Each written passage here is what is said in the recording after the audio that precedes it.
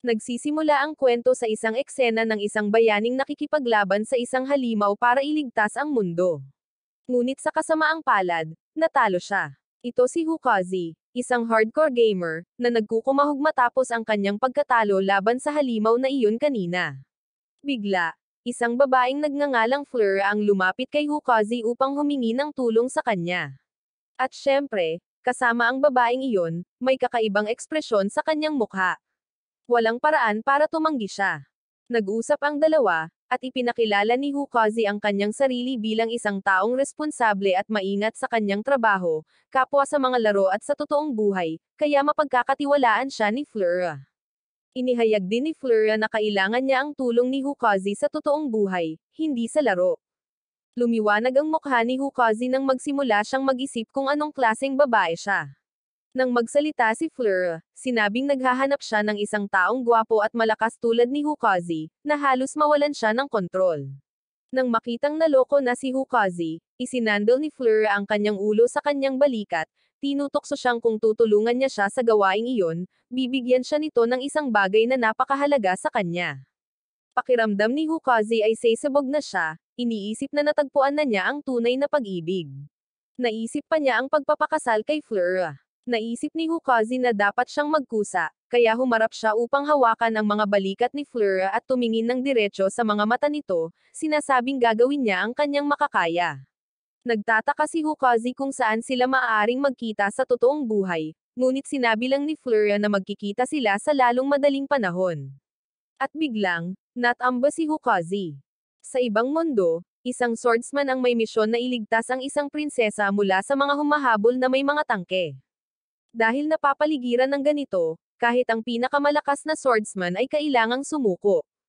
At di nagtagal, lahat ng kanyang mga kasamahan sa koponan ay napaslang, ang natira na lamang ay ang kapitan at ang prinsesa.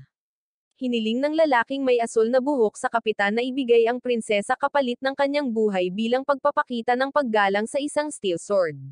Ngunit tumanggi ang steel sword na si Sergio at lalaban hanggang kasawian upang protektahan ang prinsesa. Kaya, hinugot ng commander sa kabilang panig ang kanyang espada, sinabing talunin niya ito rito ngayon upang makomplito ang misyon. Bigla, nahulog mula sa langit si Hukazi kasama ang kanyang upuan at dinurog ang commander ng kaaway. Nakita ng mga sundalo na nadurog ang kanilang commander at sumugod sila. Sinamantala ni Sergio ang pagkakataong ito upang sabihan ang prinsesa na tumakas, ngunit gusto rin itong iligtas si Hukazi. Kaya't naghagis siya ng lubad at kinaladkad siya. Matapos makatakas, kinulit siya ng grupo ng mga tanong tungkol sa kung sino siya, saan siya nanggaling, bakit siya nakadamit ng ganito, at kung ano ang liwanag na iyon. Ngunit si Hukazi ang nangangailangan ng mga sagot dito. Ito ang labas ng Saint Piria, isang pangalan na parang galing sa isang nobelang pakikipagsapalaran. Matapos maglakad-lakad ng kaunti, tila naintindihan ni Hukazi. Akala niya'y nananaginip siya, kaya sinuntok siya ng blonde na babae, na sinasabing, hindi ito panaginip. Nagalit si Hukazi dahil sa suntok at akmang susuntok na sana. Kaya, itinutok ni Sergio ang kanyang espada, nagbabantang nagtatanong kung kilala niya kung sino ito bago subukang hawakan siya. Ang maliit na blonde na babae na ito ang ika-36 na prinsesa ng Saint Piria. Kung kikilos ng walang galang si Hukazi, ihihiwalay ni Sergio ang kanyang ulo mula sa kanyang leeg. Hindi makapaniwala si Hukazi na isa palang prinsesa ang babaeng ito dahil kadalasan, ang mga prinsesa ay sexy at magagandang babae tulad ng babaeng may berde na buhok. Ang babaeng iyon ay si Marian, ang katulong ng prinsesa. Lumapit si Hukazi sa kanya at pinuri ito. Mas gugustuhin pa niyang makilala ang magandang babae kaysa sa masungit na swordsman or sa batang prinsesa. Nang makitang baliw na baliw si Hukazi, sinabi ng prinsesa na lalaki pala ang katulong na ito. Hinawakan din ni Marian ang kamay ni Hukazi at inilagay ito roon para patunayan, dahilan para mawalan siya ng tiwala sa mga babae. Nasa mahirap na sitwasyon at nakakakilala ng mga kakaibang tao, tinanong ni Hukazi kung alam nila kung saan siya nakatira, pero syempre, walang nakakaalam. Sa sandaling ito, ang lalaking may asul na buhok na nagngangalang Victor ay bumalik sa base para iulat ang pagkabigo ng misyon sa commander. Ngunit ipinaliwanag niya na ang dahilan ng pagkabigo ay ang pag-ambush ng isang estranghero na nahulog mula sa langit. Kaya, Sinimulan nilang pag-usapan kung anong estranghero ang maaaring nag-ambush kay Victor at gusto ng commander na matugunan ang gusto ni Hukazi. Samantala, inimbitahan si Hukazi ni Sergio na samahan sila sa pag-escort kay Prinsesa Scarlet sa kasal nito sa isang kalapit na bansa para bumuo ng isang alyansa. At ang mga lalaking iyon kanina ay malamang na mga rebelde na sinusubukang pigilan ito. Akala ni Hukazi ay mas matanda sa kanya ang prinsesa, ngunit 8 taong gulang pa lamang siya, malinaw na ilegal ito. Hindi man lang alam ng prinsesa kung ano ang ibig sabihin ng kasal.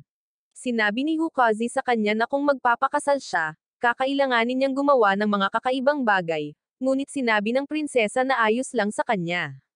Habang naglalakad, natapakan ni Hukazi ang isang bato at labis itong sumakit. Kaya, agad niya silang hiniling na bilhan siya ng isang pares ng sapatos. Total, iniligtas sila ni Hukazi kanina, kaya pumayag sila. Pagpasok sa bayan, dinala ni Sergio si Hukazi sa isang tindahan ng sapatos, ngunit lahat ng sapatos na pinili nila para sa kanya ay kakaiba. Kaya, hiniling ni Hukazi sa tindero na ilabas ang pinakamahal na pares, at mukhang kakaiba ito. Naglalakad sila sa kalye nang mapansin ni Marian ang 2 taong nakasunod sa kanila mula sa likuran. Kaya, sinenyasan ni Sergio si Hukazi na kapag bumilang siya hanggang 3, dapat silang tumakbo sa eskinita sa unahan. Tumakbo sila sa eskinita na iyon, pagkatapos ay inambush ang 2 tagasunod. Inihagis ni Sergio kay Hukazi ang isang sandatang kinuha sa kanila. Dumagsa ang mga kaaway mula sa likuran, kaya kinailangan ni Sergio at Marian na lumabas at lumaban. Habang nagtatago sina Hukazi at Prinsesa Scarlet sa ilalim ng isang tela, sinundan ng grupo ang imburnal sa ilalim ng lupa at nagtungo sa gate ng lungsod. Gayunpaman, walang mga gwardya rito. Nakita ni Hukazi si Sergio na nag-aalangan, kaya tumakbo siya palabas para pigilan ang sarili, pagkatapos ay tinawag ang lahat na lumabas. Ngunit sa sandaling lumabas sila, nakita nilang naghihintay ang commander.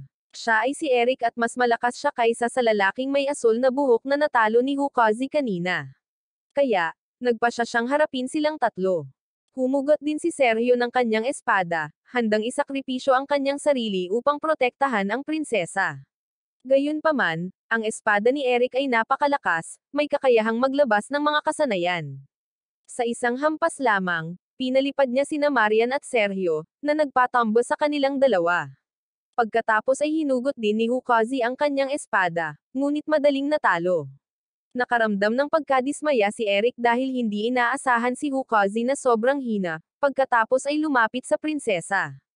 Patuloy na tumayo at lumaban si Hukazi nang hindi sumusuko. Hinahangaan ng pagsisikap na ito, nagpasya si Eric na ilabas ang kanyang ultimate technique. Gayunpaman, habang pinapalakas ni Eric ang kanyang galaw, tumakbo si Hukazi at sinipa siya diretso sa singit, na nagpawala ng malay sa kanya. Pagkatapos ay inilayo ang buong grupo. Hindi inaasahan ni Sergio na matatalo ni Hukazi ang isang napakatigas na kaaway, at itinuturing din niyang trepeyo ang espada ni Eric. Nagpasya si Prinsesa Scarlet mula ngayon na italaga si Hukazi bilang kanyang kabalyero, at wala siyang karapatang tumanggi dahil ito ang utos ng prinsesa. Kung susuwayin niya, ihihiwalay ni Sergio ang ulo nito, ngunit matatag pa rin niyang gustong tumanggi dahil ayaw niyang maging alipin ng batang ito. Kinabukasan, nagising si Eric at natagpuan ang sarili na nakahiga sa kama sa ospital. Bigla niyang naalala ang alaala ng kahapon. Ang kanyang sensitibong bahagi ay direktang sinipa ni Hukazi. Sa sandaling ito, pumasok ang doktor at naghatid ng malungkot na balita kay Eric. Dahil sa matinding pinsala, natanggal ang isang bahagi ng kanyang bola-bola. Nakita ni Eric na ang kanyang 2 mahahalagang hiyas ay nakalagay na ngayon sa isang gilid at labis na nalungkot. Sumumpa siya na magbabayad si Hukazi sa pinakamalupit na paraan. Sa kabilang banda, mariin pa ring tinututulan ni Hukazi ang pagiging lingkod ng batang ito, kahit na ito ay isang opisyal na anunsyo mula sa Imperyong Saint Peria na inilabas mismo ng prinsesa. Bukod dito, si Hukazi ngayon ay may napakahalagang gawain na maghanap ng paraan upang makabalik sa kanyang sariling mundo. Kaya, wala siyang oras para sa mga taong ito. Gayunpaman, iniisip ni Sergio na sa kasalukuyan ay walang mga palatandaan si Hukazi kung paano makabalik sa mundong iyon, wala siyang dalang pagkain, at wala siyang alam tungkol sa lugar na ito. Mas mabuting sumunod na lang siya sa kanila para sa kaligtasan. Nangako pa nga si Prinsesa Scarlet na kung papayag si Hukazi na maging lingkod niya, bibigyan siya nito ng pagkain at matutuluyan. Ngunit may sariling pride si Hukazi at hindi niya matiis na utusan ng iba, kaya umalis siya. Kailangan pa rin nilang tumungo sa kabisera, kaya walang sino man ang nag-abala na pigilan si Hukazi. Total, ang pagkakaroon ng mas maraming tao ay magdudulot lamang ng gulo. Ngunit, tila nakalimutan ni Hukazi ang espadang kinuha niya kay Eric. Bumalik na rin si Eric sa hanay. Naniniwala ang lahat ng kanyang mga nasasakupan na natalo lang siya dahil niloko siya.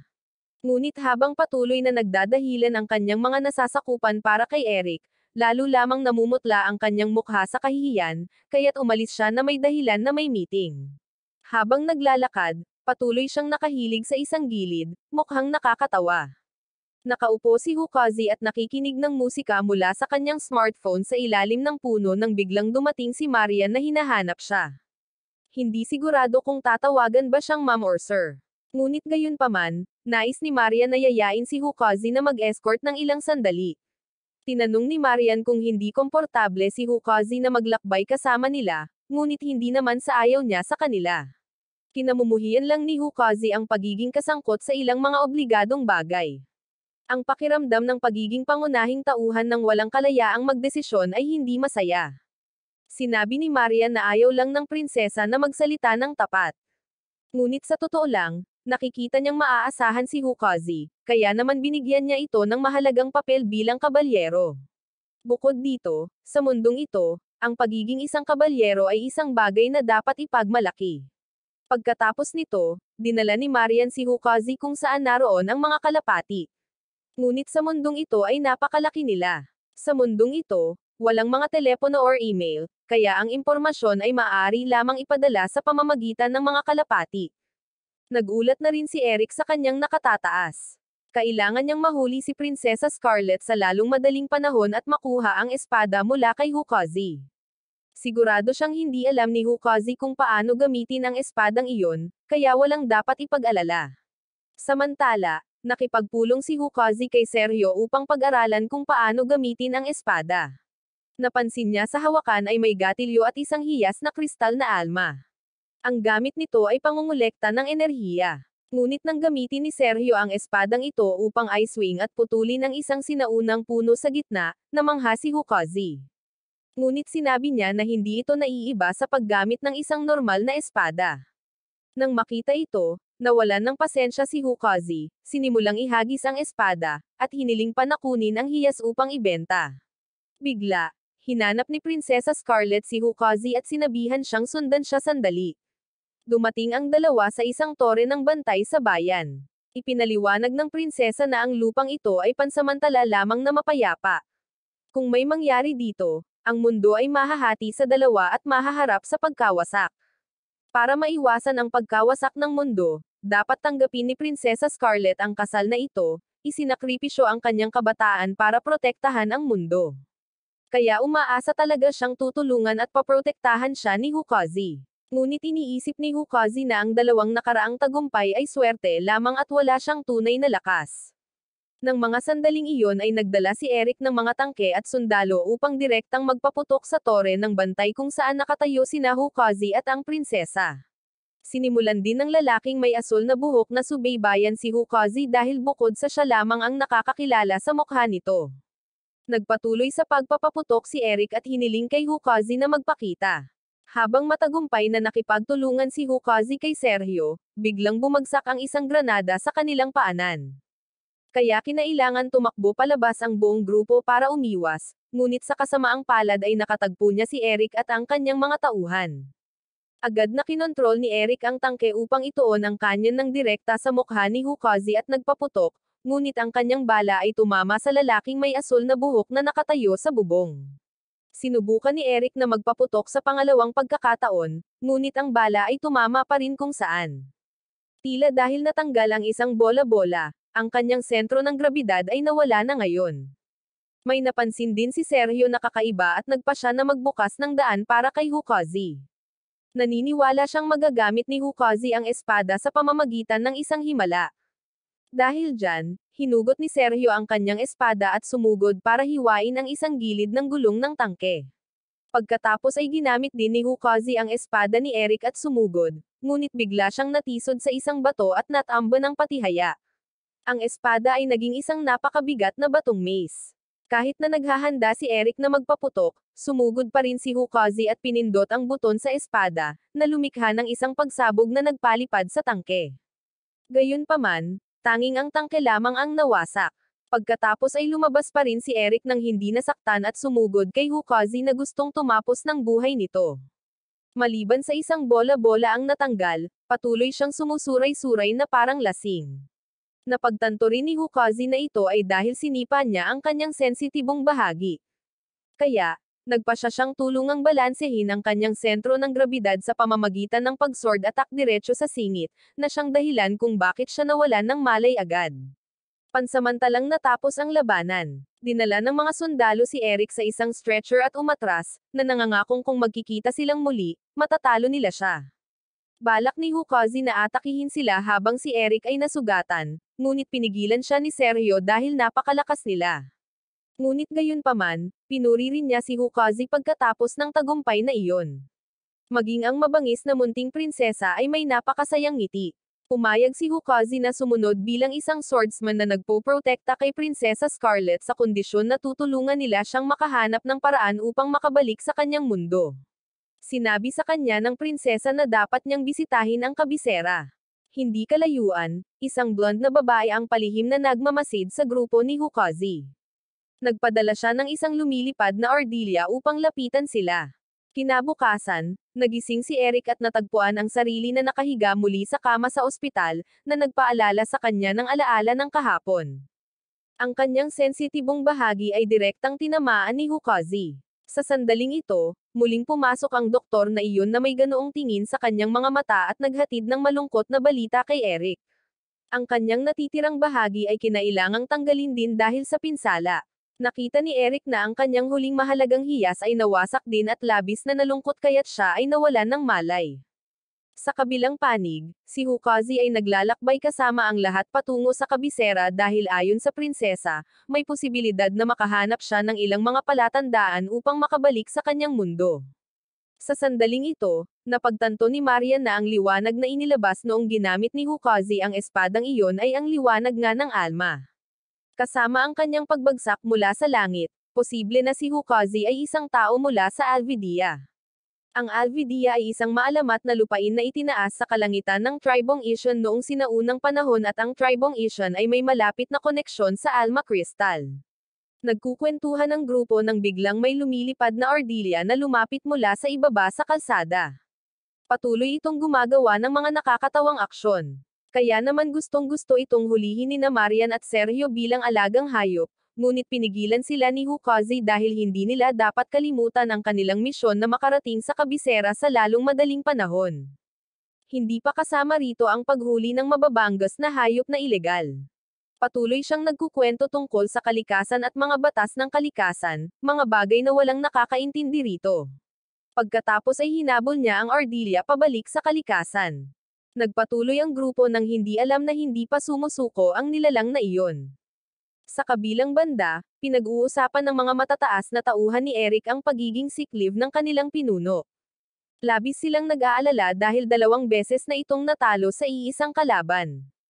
Nang gabing iyon, nagtataka ang prinsesa at ang 2 pa kung bakit determinado si Hukazi na alisin ang hayop na iyon.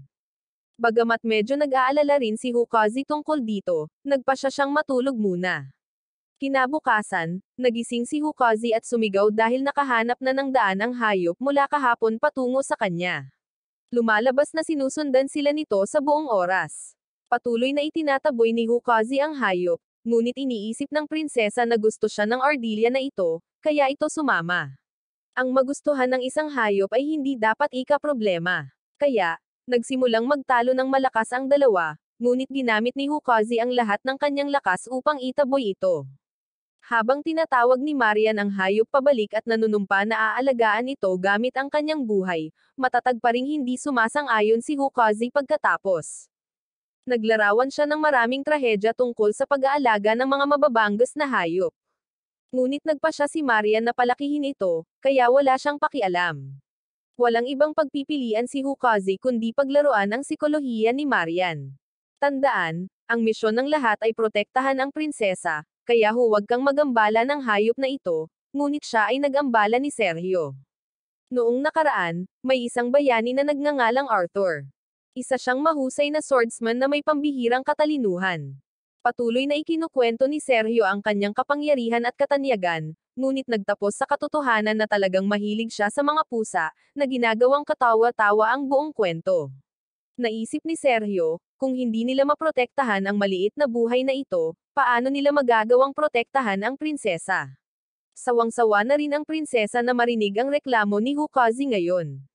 Kung magpapatuloy siya ng ganito, hindi siya magdadalawang isip na tanggalin siya sa trabaho. Hindi rin natakot si Hukazi, kaya naghiwalay sila ng landas. Pagkatapos ay bumili si Hukazi ng ilang mga gamit para sa pangangaso dahil hindi siya naniniwala na ang isang magaling na manlalaro ng server sa mga larong tulad niya ay hindi kayang manghuli ng maliit na hayop na ito. Tinanong ni Sergio kung ano ang plano ni Hukazi, at sinabi niyang gusto niyang mangaso. Nang gabing iyon, dinala ni Hukazi ang mga gamit na binili niya para itago at hulihin ang lumilipad na ardilya.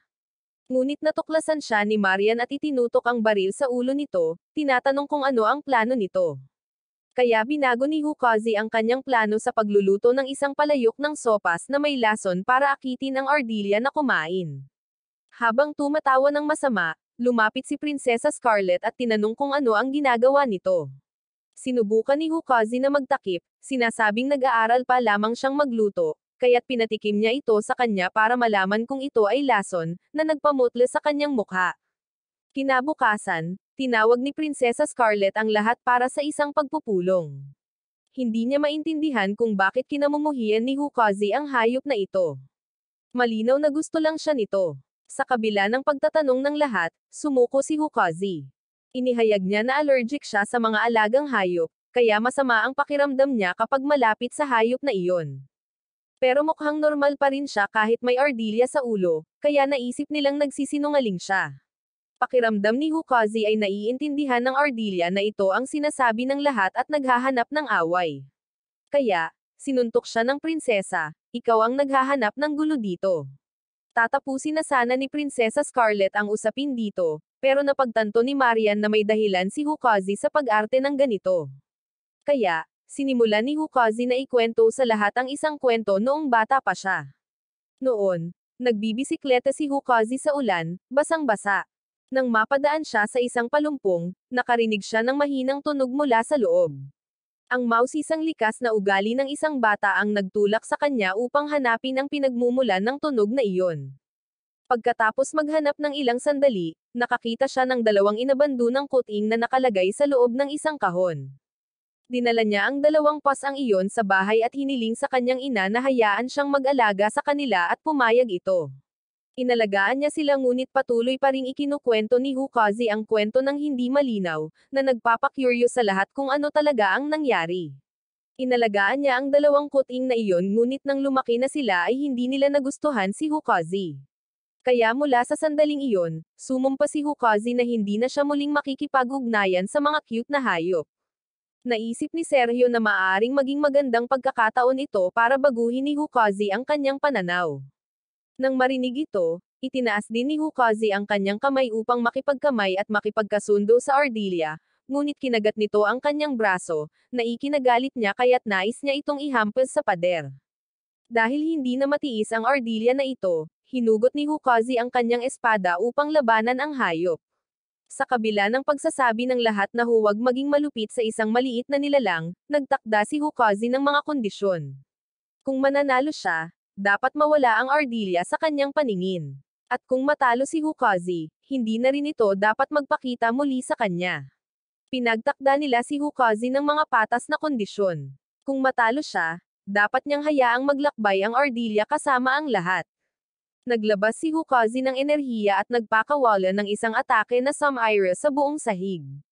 Ngunit matagal nang nakaiwas ang ardilya sa ibang lugar. Kahit gaano niya pilit na umatake, nakaiwas pa rin ito. Pagkatapos ay tumalon ito sa kanyang mukha at kinamot siya. Sa wakas, na-corner ni Hukazi ang ardilya sa pader. Nagpakawala siya ng isang mapagpasyang atake, iniisip na natalo na niya ito. Ngunit sa hindi inaasahang pagkakataon, tumalon ito sa ere at sumipa na agad na nagpatamba kay Hukazi. Dahil natalo siya, kinailangan na ni Hukazi na tanggapin ang Ardelia na kasama nila sa paglalakbay. Kahit na tinanggap na niya ang Ardelia na kasama nila sa paglalakbay, hindi pa rin magkasundo si Hukazi at patuloy pa rin silang nag-aaway. Nakaisip ng ideya si Sergio. Agad na sumagot si Hukazi na kung tungkol sa pagtatapon ng hayop na ito, makikinig siya. Ngunit ang gusto niyang sabihin ay dapat nilang bigyan ng pangalan ang Ardelia na ito sa halip na tawagin itong halimaw or ganoong bagay. Sinasabi nilang pinapangalanan nila ito, ngunit lahat ng pangalang ibinibigay nila sa Ardelia na ito ay parang kakaiba. Pinigilan sila ni Hukazi na sinasabing hindi mo basta-basta maaaring pangalanan ang mga alagang hayop kung hindi mo alam kung sino ito, at kung ano ang gusto nito. Gayun din, ang tuntunin sa pagpapangalan ng mga hayop ay 4 na pantig. Maaari mo itong pangalanan ng kahit ano, ngunit hindi hihigit sa 4 na pantig. Pagkatapos ng mahabang debate, napagpasyahan nilang pangalanan ang alagang Ardelia na ito ayon sa iminungkahi ni Hukazi, pagkatapos ay naghanda para umalis patungo sa isang nayon ng pangingisda. Samantala, si Eric ay hinihimok ni Victor pabalik sa mansyon ng kanyang pamilya. Dito, muli niyang nakita ang kanyang nobya. Nabalitaan ng kanyang nobya na nagngangalang Emilia na nadungisan ang karangalan ni Eric sa larangan ng digmaan at labis siyang nalungkot. Nagbatian sila at nagpasalamat siya kay Victor sa pagliligtas sa kanyang magiging asawa. Pagkatapos ay pumasok ang tatlo sa loob. Kumuha si Emilia ng isang gamot na minana ng pamilya upang ipahid sa sugat ni Eric, at sinabing ipapahid niya ang gamot para dito. Natatakot si Eric na kung malaman ni Emilia na natanggal ang kanyang dalawang mahahalagang hiyas, magugulat siya ng husto at ayaw na niyang pakasalan ito. Kaya, kinailangan ni Eric na tumanggi kahit na ito ay magpapalungkot sa kanyang nobya. Sumakay si Eric sa kotse ni Victor para maghanda sa pag-alis ng tanungin ng mayordoma kung ano ang nangyari kay Emilia dahil malungkot ito. Dahil ayaw niyang iwan ang kanyang kasintahang nag-iisa, tinawag siya ni Eric para sumakay sa kotse at mag-sightseeing kasama niya. Sa buong biyahe, ang tanging inaalala ni Eric ay kung ano ang mangyayari kung sasabihin niya kay Emilia na may bahagi na siyang nawala or wala na. Tiyak na magugulat siya at gugustuhin siyang iwan. Pagkatapos ay dumating silang tatlo sa isang burol para magkampo. Habang naglalaro si Victor sa tubig, tinanong ni Emilia si Eric kung ilang anak ang gusto niya sa hinaharap. Sumasakit ang puso ni Eric nang marinig ang tanong na ito. Hindi niya alam kung magkakaroon siya ng mga anak sa ganitong kalagayan. Iniisip ng kanyang kasintahan na ayaw ni Eric na pag-usapan ang pagkakaroon ng mga anak dahil ang mga anak ay isang regalo mula sa langit, hindi isang bagay na mapagpipilian ng isang tao. Habang mas nagsasalita si Emilia, mas lalong nalulungkot si Eric. Kaya, naglakad-lakad siya sa kagubatan, pagkatapos ay tumangala sa langit. Tinatanong ang Diyos kung paano niya dapat sabihin sa kanyang kasintahan. Napansin ni Emilia na tila kakaiba si Eric, kaya tinanong niya si Victor kung saan nasugatan ang kanyang asawa, ngunit hindi rin ito alam. Sinabi ni Victor kay Emilia na ang dahilan ng pagkakasugat kay Eric ay dahil 2 beses itong inatake ni Hukazi. Nang gabing iyon, bumalik silang tatlo sa mansyon at nakita sina Limpo at Gabi na naghihintay na sa loob. Nabalitaan din nilang nasugatan si Eric, kaya dinalhan nila siya ng ilang gamot na minana ng pamilya Daska. Noong una ay plano ni Eric na tumanggi ngunit nang marinig niya ang gamot na ito ay hindi na kailangang ipahid kundi inumin na lamang, masaya niyang tinanggap at lalong ikinalungkot ng kanyang fiancé sa loob. Pagkatapos ay tinanong ni Victor ang mayordoma kung sino ang 2 taong iyon at sinabi niyang malayong kamag-anak sila ni Eric. Uuwi na sana si Emilia ngunit pinigilan siya ni Limpo at sinabihan ang mayordoma na magdaos ng salo-salo para pasayahin si Eric. Lumalabas na may dahilan si Limpo sa pagsabi sa mayordoma na magdaos ng salo-salo. Ang gamot na minana ng pamilya na ibinigay ni Gabi kanina ay isang stimulant. Pagkatapos inumin ito, mag-iinit ang isang tao. Ang misyon ni Gabi ay mangakit, pagkatapos ay maging manugang ng pamilyang Dukakas. Habang sasamantalahin ni Limpo ang sugatang puso ni Emilia, lalapitan at pakakasalan ito. Pagkatapos ay inihanda ni Gabi ang gamot para kay Eric at sinabihan itong inumin ito, sinabi pa ngang mas magiging epektibo ang gamot kung hihiga siya sa kama. Pagkaakyat ni Eric sa kama, agad na inalis ni Gabi ang lahat ng kanyang damit, tanging ang kanyang panloob ang natira, at inakit si Eric. Gayunpaman, itinulak ni Eric ang kanyang kamay. Dahil alam niyang hindi niya ito maaakit, nagsimula siyang mag-alburuto. Nakita ito ni Limpo at tumakbo papasok upang gumawa ng eksena, hinihiling na panagutan ito.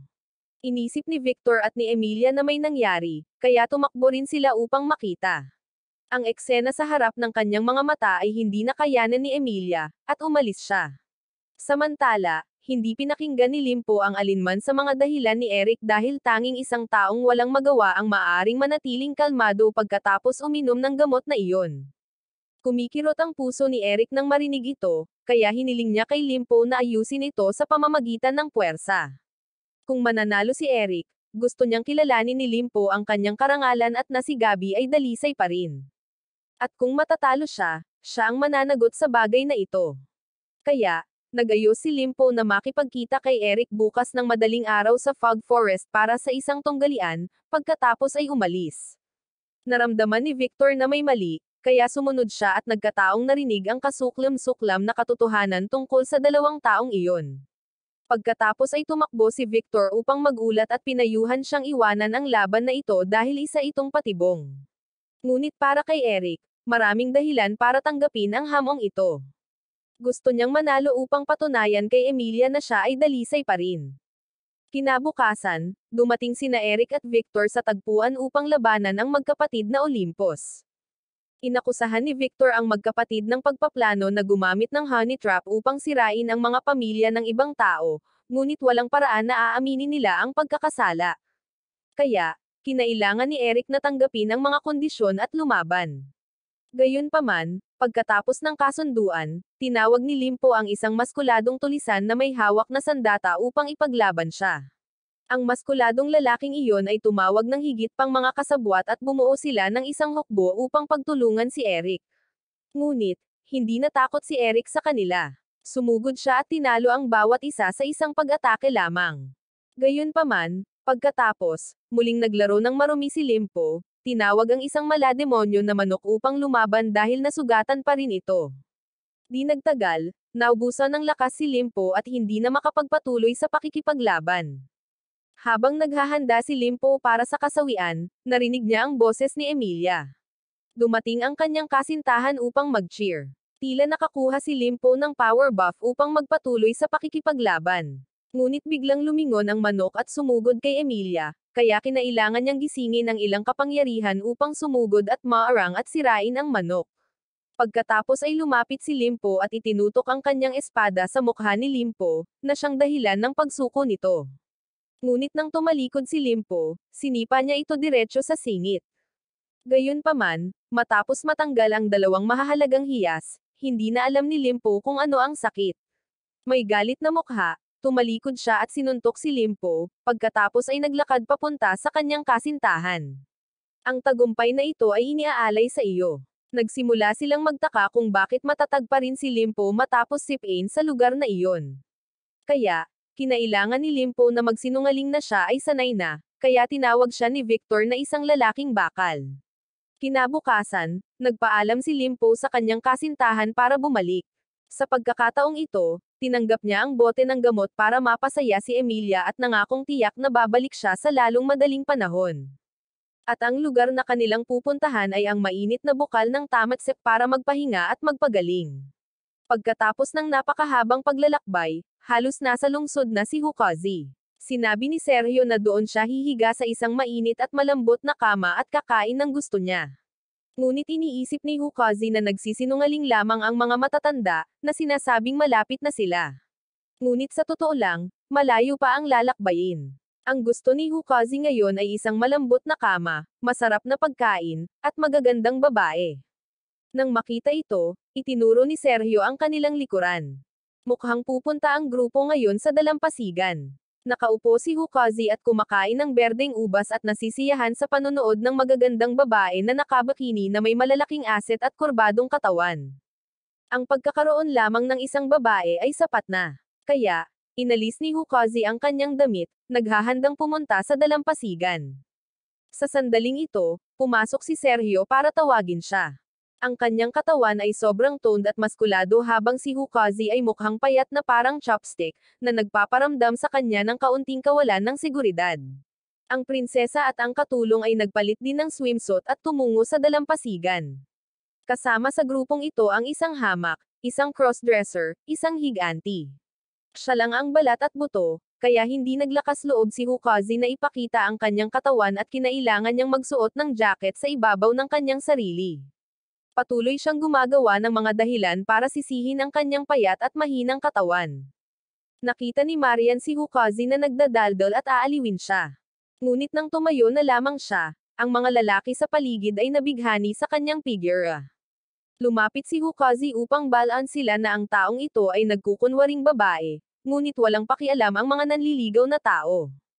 Hindi mahalaga ang lalaki or babae basta't masarap sa pakiramdam. Nakabalik na si Sergio mula sa pagsisid sa puntong ito. Napapaligiran pa rin si Marian ng mga lalaki at babae. Nagtataka si Hukazi kung paanong si Marian ay may malalaking asset at kurbadong katawan ngunit isa pa ring lalaki. Bukod pa rito, ang pagiging bodyguard ng prinsesa ay hindi naman kinakailangang mag-crossdress, kundi may mainit na katawan na sinamahan ng mahusay na kasanayan sa pagluluto, kasama ang kakayahang tumugtog ng mga instrumento at pagkakaroon ng kaalaman tungkol sa mga halamang gamot, normal lang ang crossdressing. Gayunpaman, hindi pa rin matanggap ni Hukazi na talagang lalaki si Marian. Sinabi ni Sergio na ang pagtalikod ni Marian sa kanyang pagkalalaki ay may kwento sa likod nito. Kung hindi niya ginawa iyon, marahil ay wala siya rito ngayon. Dati, si Marian ay napakalalaki. Natuto siya ng martial arts at ipinamana ng kanyang ama ang water shock kay technique, isang bagay na matagal niyang natutunan. Pagkatapos ay ibinigay sa kanya ng ama ni Marian ang maikling espada na ibinigay sa kanya ng kanyang lolo. Tila nakuha nito ang atensyon ng kanyang nakatatandang kapatid. Hindi siya kumbinsido, kaya nagalit siya ng husto dahil dapat sana ay siya ang tagapagmana, hindi ang kanyang maamo at mabait na nakababatang kapatid. Iniisip ni Hukazi na peke ang kwentong isinasalaysay ni Sergio dahil parang isang mangga lang ang tunog nito. Nagpatuloy si Sergio, pagkatapos ng pangyayaring iyon, nagkaroon ng alitan. Ang ama ay nanghihina na ngayon at may sakit na nakahiga sa kama. Isa sa mga anak ang nag-aalaga sa kanya at may gusto siyang sabihin bago ito masawi. Hindi inaasahan, ginamit ng anak ang maikling espada upang tusukan ang kanilang ama hanggang sa masawi. Labis na nalungkot ang tatlong anak sa pagkasawi ng kanilang ama. Sinisi ng ikatlong kapatid si Marian sa pagpaslang sa kanilang ama dahil ang sandatang pamamaslang ay ang maikling espada na minana niya. Bagamat sinubukan niyang makipagtalo, pinaghihinalaan din siya ng pangalawang kapatid, kaya nanatiling tahimik siya. Bagamat alam ng lahat kung sino ang tunay na salarin, pinili ni Marian na manahimik dahil nasawi ang kanilang ama bago magtalaga ng kahalili at hindi pa tapos magturo ng sikretong martial arts. Kung magiging malaking isyu ito, masisira ang reputasyon ng pamilya. Matapos akuan ni Marian ang kasalanan sa pagkasawi ng kanyang ama, kumalat ang tsismis na iyon. Lalong naging tensyonado ang relasyon niya at ng kanyang dalawang kapatid. Isang gabi, habang nag-aaral si Marian, palihim na pumasok ang pangalawang kapatid sa kanyang silid, planong tapusin siya, ngunit nabigo. Tinanggap ng pangalawang kapatid na si Marian ang karapat-dapat matuto ng sikretong martial arts. Gayunpaman, nagpa siya si Marian na ituloy ang kanyang martial arts at umalis. Kaya, iniwan ni Marian ang kanyang pamilya at hindi na bumalik. Gayunpaman, hindi rin alam ni Sergio ang tunay na dahilan sa likod ng kanyang crossdressing. Sa sandaling ito, narinig ng babaeng blonde sa malapit ang lahat. Sa pagpapatuloy ng kwento ni Marian, natagpuan siya kalaunan ng isang babae habang nakahiga at walang malay sa isang damuhan. Iniligtas ng babae ang buhay ni Marian. Sinabi niya sa kanya na siya ay inabuso at nakatakas papunta rito habang si Marian sa puntong ito ay wala nang maalala. Silang dalawa ay nagpatuloy sa pamumuhay at pagtatrabaho ng maligaya. Si Marian ay nagtrabaho upang kumita ng pera, ibinenta pa ang maikling espada na naiwan ng kanyang ama. Pagkatapos isang araw, si Marian at ang babae ay magkasamang pumunta sa pampang ng ilog. Nagpaalam siya at umalis magpakailanman. Lumalabas na ang pangalang Marian ay ang pangalan ng taong minahal niya ng husto. Sa pamamagitan ng pagiging babae na iyon, si Marian ay magpapatuloy sa buhay ng babae na iyon. Nang gabing iyon, habang ang lahat ay mahimbing na natutulog, si Hukazi ay hindi makatulog dahil nakaramdam siya ng pagkakasala sa paghusga kay Marian at si Marian ay bumalik din mula sa paglabas. Sa puntong ito, binigyan siya ni Hukazi ng isang basong tubig, at sa paanuman ay nahawakan ang malalaking aset.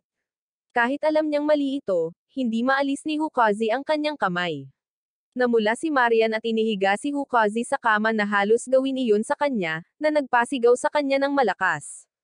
Kinabukasan, nagising si Hukazi at natagpuan ang kanyang sarili na nakahiga sa tabi ni Marian at nagulat. Sa kanyang pagkataranta, hindi sinasadyang nabanggit ni Hukazi ang dating kasintahan ni Marian, na nagpagulo sa kanya. Lumalabas na ang kwentong ikinwento ni Sergio kanina ay gawa-gawa lamang. Gayunpaman, lubos itong pinaniwalaan ni Hukazi. Ang tunay na dahilan sa likod ng pag-cross-dress ni Marian ay dahil gusto niya. Nabalitaan na rin ngayon ng mga rebeldeng organisasyon na papunta na si Prinsesa Scarlet sa kabisera. Habang si Eric, ang pinakamagaling sa organisasyon, ay hindi pa rin natatapos ang misyon dahil natalo siya ng isang napakalakas na kabalyero, may mga bali-balita na kaya pa ngang gumamit ng Almagear ang kabalyero. Hanggang ngayon, wala pa ring palatandaan ang organisasyon tungkol sa pagkakakilanlan ng kabalyerong ito. Napagpasyahan nilang magpadala ng isang tao upang tahimik na mag-imbestiga dahil si Eric ay isang taong lubos na pinahahalagahan ang karangalan.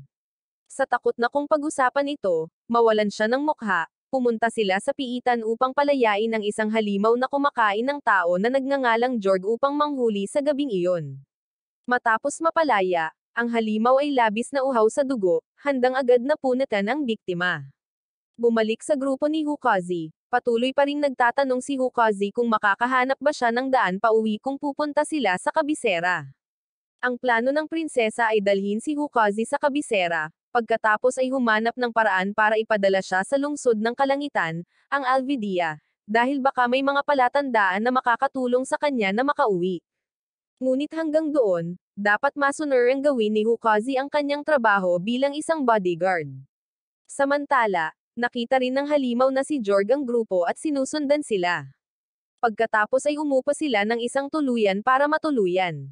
Tinanong ni Hukazi kung gaano pa katagal bago sila makarating sa kabisera, at sinabi ni Sergio na kung walang mangyayaring aberya sa daan, mga 2 buwan. Hindi ito matiis ni Hukazi dahil masyadong mahaba. Ngunit sa ngayon, kailangan talaga nilang panatilihing ligtas ang impormasyon, kaya kailangan nilang iwasan ang pampublikong transportasyon. Sinabi ni Sergio na talagang nagtitiwala si Prinsesa Scarlet kay Hukazi, kaya dapat siyang mag-focus sa paggawa ng kanyang trabaho na protektahan ito. Bueno, sa sandaling ito, nagmamadaling pumasok si Marian at sinabing kakaiba ang kinikilos ng prinsesa, malamang na ganoon nga.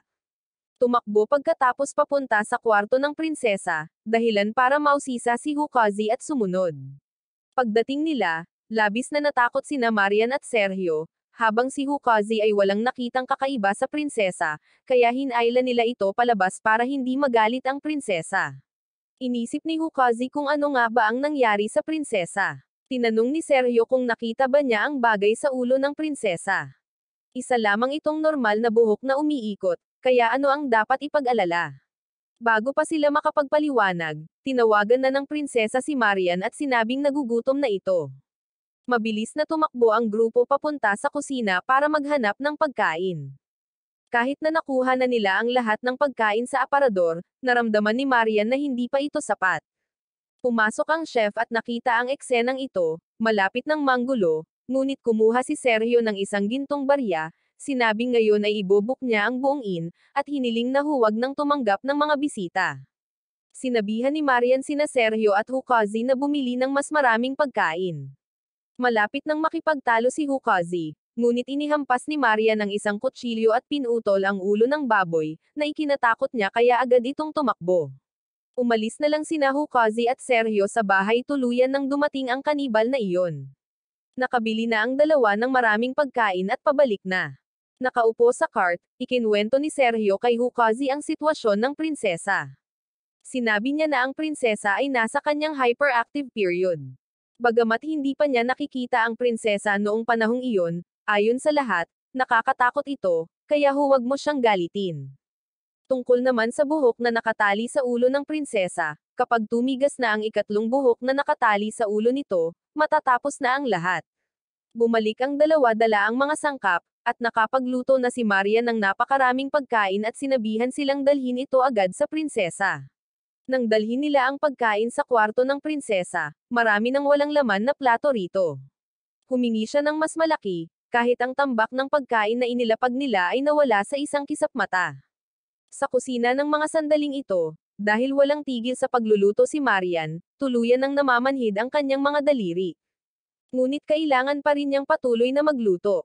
Patuloy na nag-aangkat ng pagkain si Hukazi, ngunit sa bawat oras na iyon ay nawawala pa rin ito sa isang kisap mata, kaya nagsimulang magreklamo si Hukazi. Bagamat pinigilan ni Sergio si Hukazi, tumindig ang pangalawang hibla ng buhok sa ulo ng prinsesa, dahilan para magpawis ito ng malamig. Hiniling ng prinsesa na magsalita sila ng mas magalang, dapat magmiyaw sa dulo ng mga pangungusap. Bagamat gagawin nitong payaso si Sergio, ngunit upang mapanatili ang kanyang buhay, kailangan pa rin niyang sumunod. Pagkatapos noon, ginawa rin ng prinsesa na ibon ang hayop, kaya kailangan din itong sumunod ng masunurin. Si Marian sa puntong ito ay parang isang baliw na babae dahil sa sobrang pagluluto. Nagsimulang makaramdam ng inis si Hukazi, iniisip na isa lamang itong batang papasok sa pagdadalaga. Kaya, hindi nila dapat siyang masyadong i-spoil. Kaya, pagkatapos noon, umakyat si Hukazi sa kwarto ng prinsesa para makipag-usap. Naiintindihan niya na lumalaki na ang prinsesa, kaya gusto nitong kumain ng marami. Ngunit hindi maganda ang pang-aabala sa iba ng ganito. Kailangan niyang tulungan ang lahat, at ang unang bagay na kailangan niyang gawin ay tulungan si Hukazi na buhatin ang mga pinggan pababa sa kusina. Labis na nagulat sina Marian at Sergio dahil tinulungan pa nga ng prinsesa si Hukazi na ibaba ang mga pinggan. Pagkaalis niya, sinabihan siya ni Marian na huwag masyadong maging pabaya sa susunod kung ayaw niyang masawi. Pinayuhan ni Hukazi ang lahat na huwag masyadong mag-alala at magpahinga dahil mahirap ang trabaho ngayon. Nang gabing iyon, nang na-off ang mga ilaw, sa wakas ay kumilos ang taong asasin na iyon. Pumasok siya sa bahay tuluyan at napaansing nakabukas ang ilaw ng kusina. Pumasok siya ng palihim para tingnan at nakitang nagpapakulo pa rin ng tubig si Marian. Sumugod siya para tusukin si Marian, ngunit natalsikan siya nito ng isang sandok ng mainit na sopas sa mukha. Natamba siya at napaso ito sa mukha. Nahulog din sa mukha niya ang harina na inihurno. Galit na sinugod siya ni Marian at pinahirapan, sinabihan kung pinahahalagahan pa ba niya ang kanyang buhay para makawala rito. Natakot ang nilalang at tumakbo palayo sa takot. Pagkatapos ay pinalitan niya ng target na si Sergio, na nakaupong bantay sa pasilyo. Nakita siya ni Sergio at wala siyang pakialam kung sino siya, pinayuhan lang niya itong umalis kung ayaw niyang masawi. Takot na takot ang asasin ngunit iniisip pa rin niyang isa lamang itong panlilinlang, kaya nagawa niyang palihim na makapasok sa kwarto ng prinsesa. Matapos magmasid ng ilang sandali, alam niyang natutulog ang prinsesa sa kama, kaya plano niyang lumapit at manakit. Sa sandaling malapit na siyang manakit, tumayo ang ikatlong hibla ng buhok na nakatali sa ulo ng prinsesa. At pagkatapos noon, wala nang sumunod na pangyayari, opisyal nang nagsimula ang bangungot. Papunta na sana si Hukazi sa banyo nang biglang sumugod at kumapit ang lalaking iyon sa kanya.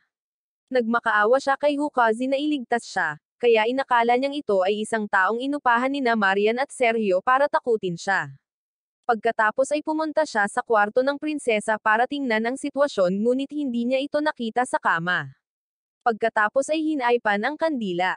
Natakot agad ang asasin at nawalan ng malay. Pagkatapos ay sumugod ang prinsesa kay Hukazi at pinaglaruan ito. Nakita ni Hukazi ang tatlong hibla ng buhok sa ulo nito at naunawaan niya ang nangyari, kaya tumalon siya sa bintana para makatakas. Nabigo ang planong tapusin si Prinsesa Scarlet, at pagkatapos noon ay wala nang nakakita sa misteryosong asasin na iyon. Pagkalipas ng ilang araw, dumating ang grupo sa Hot Spring Resort. Nakita ni Hukazi na ang lugar na ito ay puno rin ng mga kwadra ng hayop tulad ng kanyang mundo. Bagamat may mga bali-balita na ang mainit na tubig dito ay napakabuti para sa balat at maaaring magpagaling ng mga sakit sa buto at kasukasuan, hindi gaanong interesado si Hukazi dahil kailangan niyang pumunta sa hot spring kasama lamang ang mga lalaki at isang bata kaysa sa magagandang babae. Pagkatapos ay tinanong ni Hukazi si Sergio tungkol sa mga serbisyo para sa mga lalaki, kaya itinuro niya sa kanya ang entertainment district para sa mga lalaki. Kung gusto niya, maaari siyang pumunta doon. Pagkatapos mag-usap ng ilang sandali, nakarating sila sa hotel kung saan laging tumutuloy si Sergio kapag dumadaan dito. Pagkatapos ay inihatid sila ng mga tauhan sa kanilang silid. Inisip ni Hukazi kung maliligo ba si Marian sa panig ng lalaki or babae. Sinabihan siya ni Sergio na huwag mag-alala dahil nag-book siya ng isang premium na kwarto na may hot spring sa loob para sa prinsesa at kay Marian, habang silang dalawa ay mananatili sa isang maliit na kwarto at kailangang gumamit ng outdoor bath. Tuwang-tuwa si Hukazi na tumatakbo at lumangoy kahit saan na parang bata. Ngunit pinigilan siya ni Sergio, sinasabihan siyang tumahimik at kumalma. Naaalala ni Hukazi ang komportableng pakiramdam dahil parang nasa mundo niya lang ito. Naalala niya ang oras na pumunta siya sa isang hot spring kasama ang kanyang pamilya. Naupo si Hukazi at nakikinig kay Sergio ng ilang sandali nang biglang tumayo ang bahaging iyon ng kanyang pagkatao. Mabilis siyang tumakbo palayo, natatakot na mapansin ito ni Sergio. Sa ganitong bilis, hindi na siya makakalabas. Bigla, naalala ni Hukazi ang sinabi ni Sergio kanina. Ang mainit na tubig dito ay nakapagpapasigla sa mga naliligo. Habang nag-aalinlangan pa rin, nakita niyang andito din si Eric. Kaya, kailangan niyang mabilis na magtago dahil ayaw niyang harapin ang taong pinakakinaiinisan niya sa mundo. Bukod dito, kung mahuhuli, tiyak na mapapahirapan siya. Dahil nakalimutan niyang kunin ang susi ng kwarto kay Sergio, hindi siya makapasok sa kwarto at kinailangan niyang humingi ng tulong kina Marian at sa prinsesa. Ngunit naliligo silang dalawa, kaya wala silang marinig. Habang humihingi ng tulong, muling dumaan ang lalaking si Eric sa daang ito. Kaya't pansamantalang nagtago si Hukazi sa likod ng poste ng ilaw. Dahil sa kawalan ng pagpipilian, bumalik si Hukazi sa banyo sa labas para hanapin si Sergio ngunit hindi na niya ito nakita rito.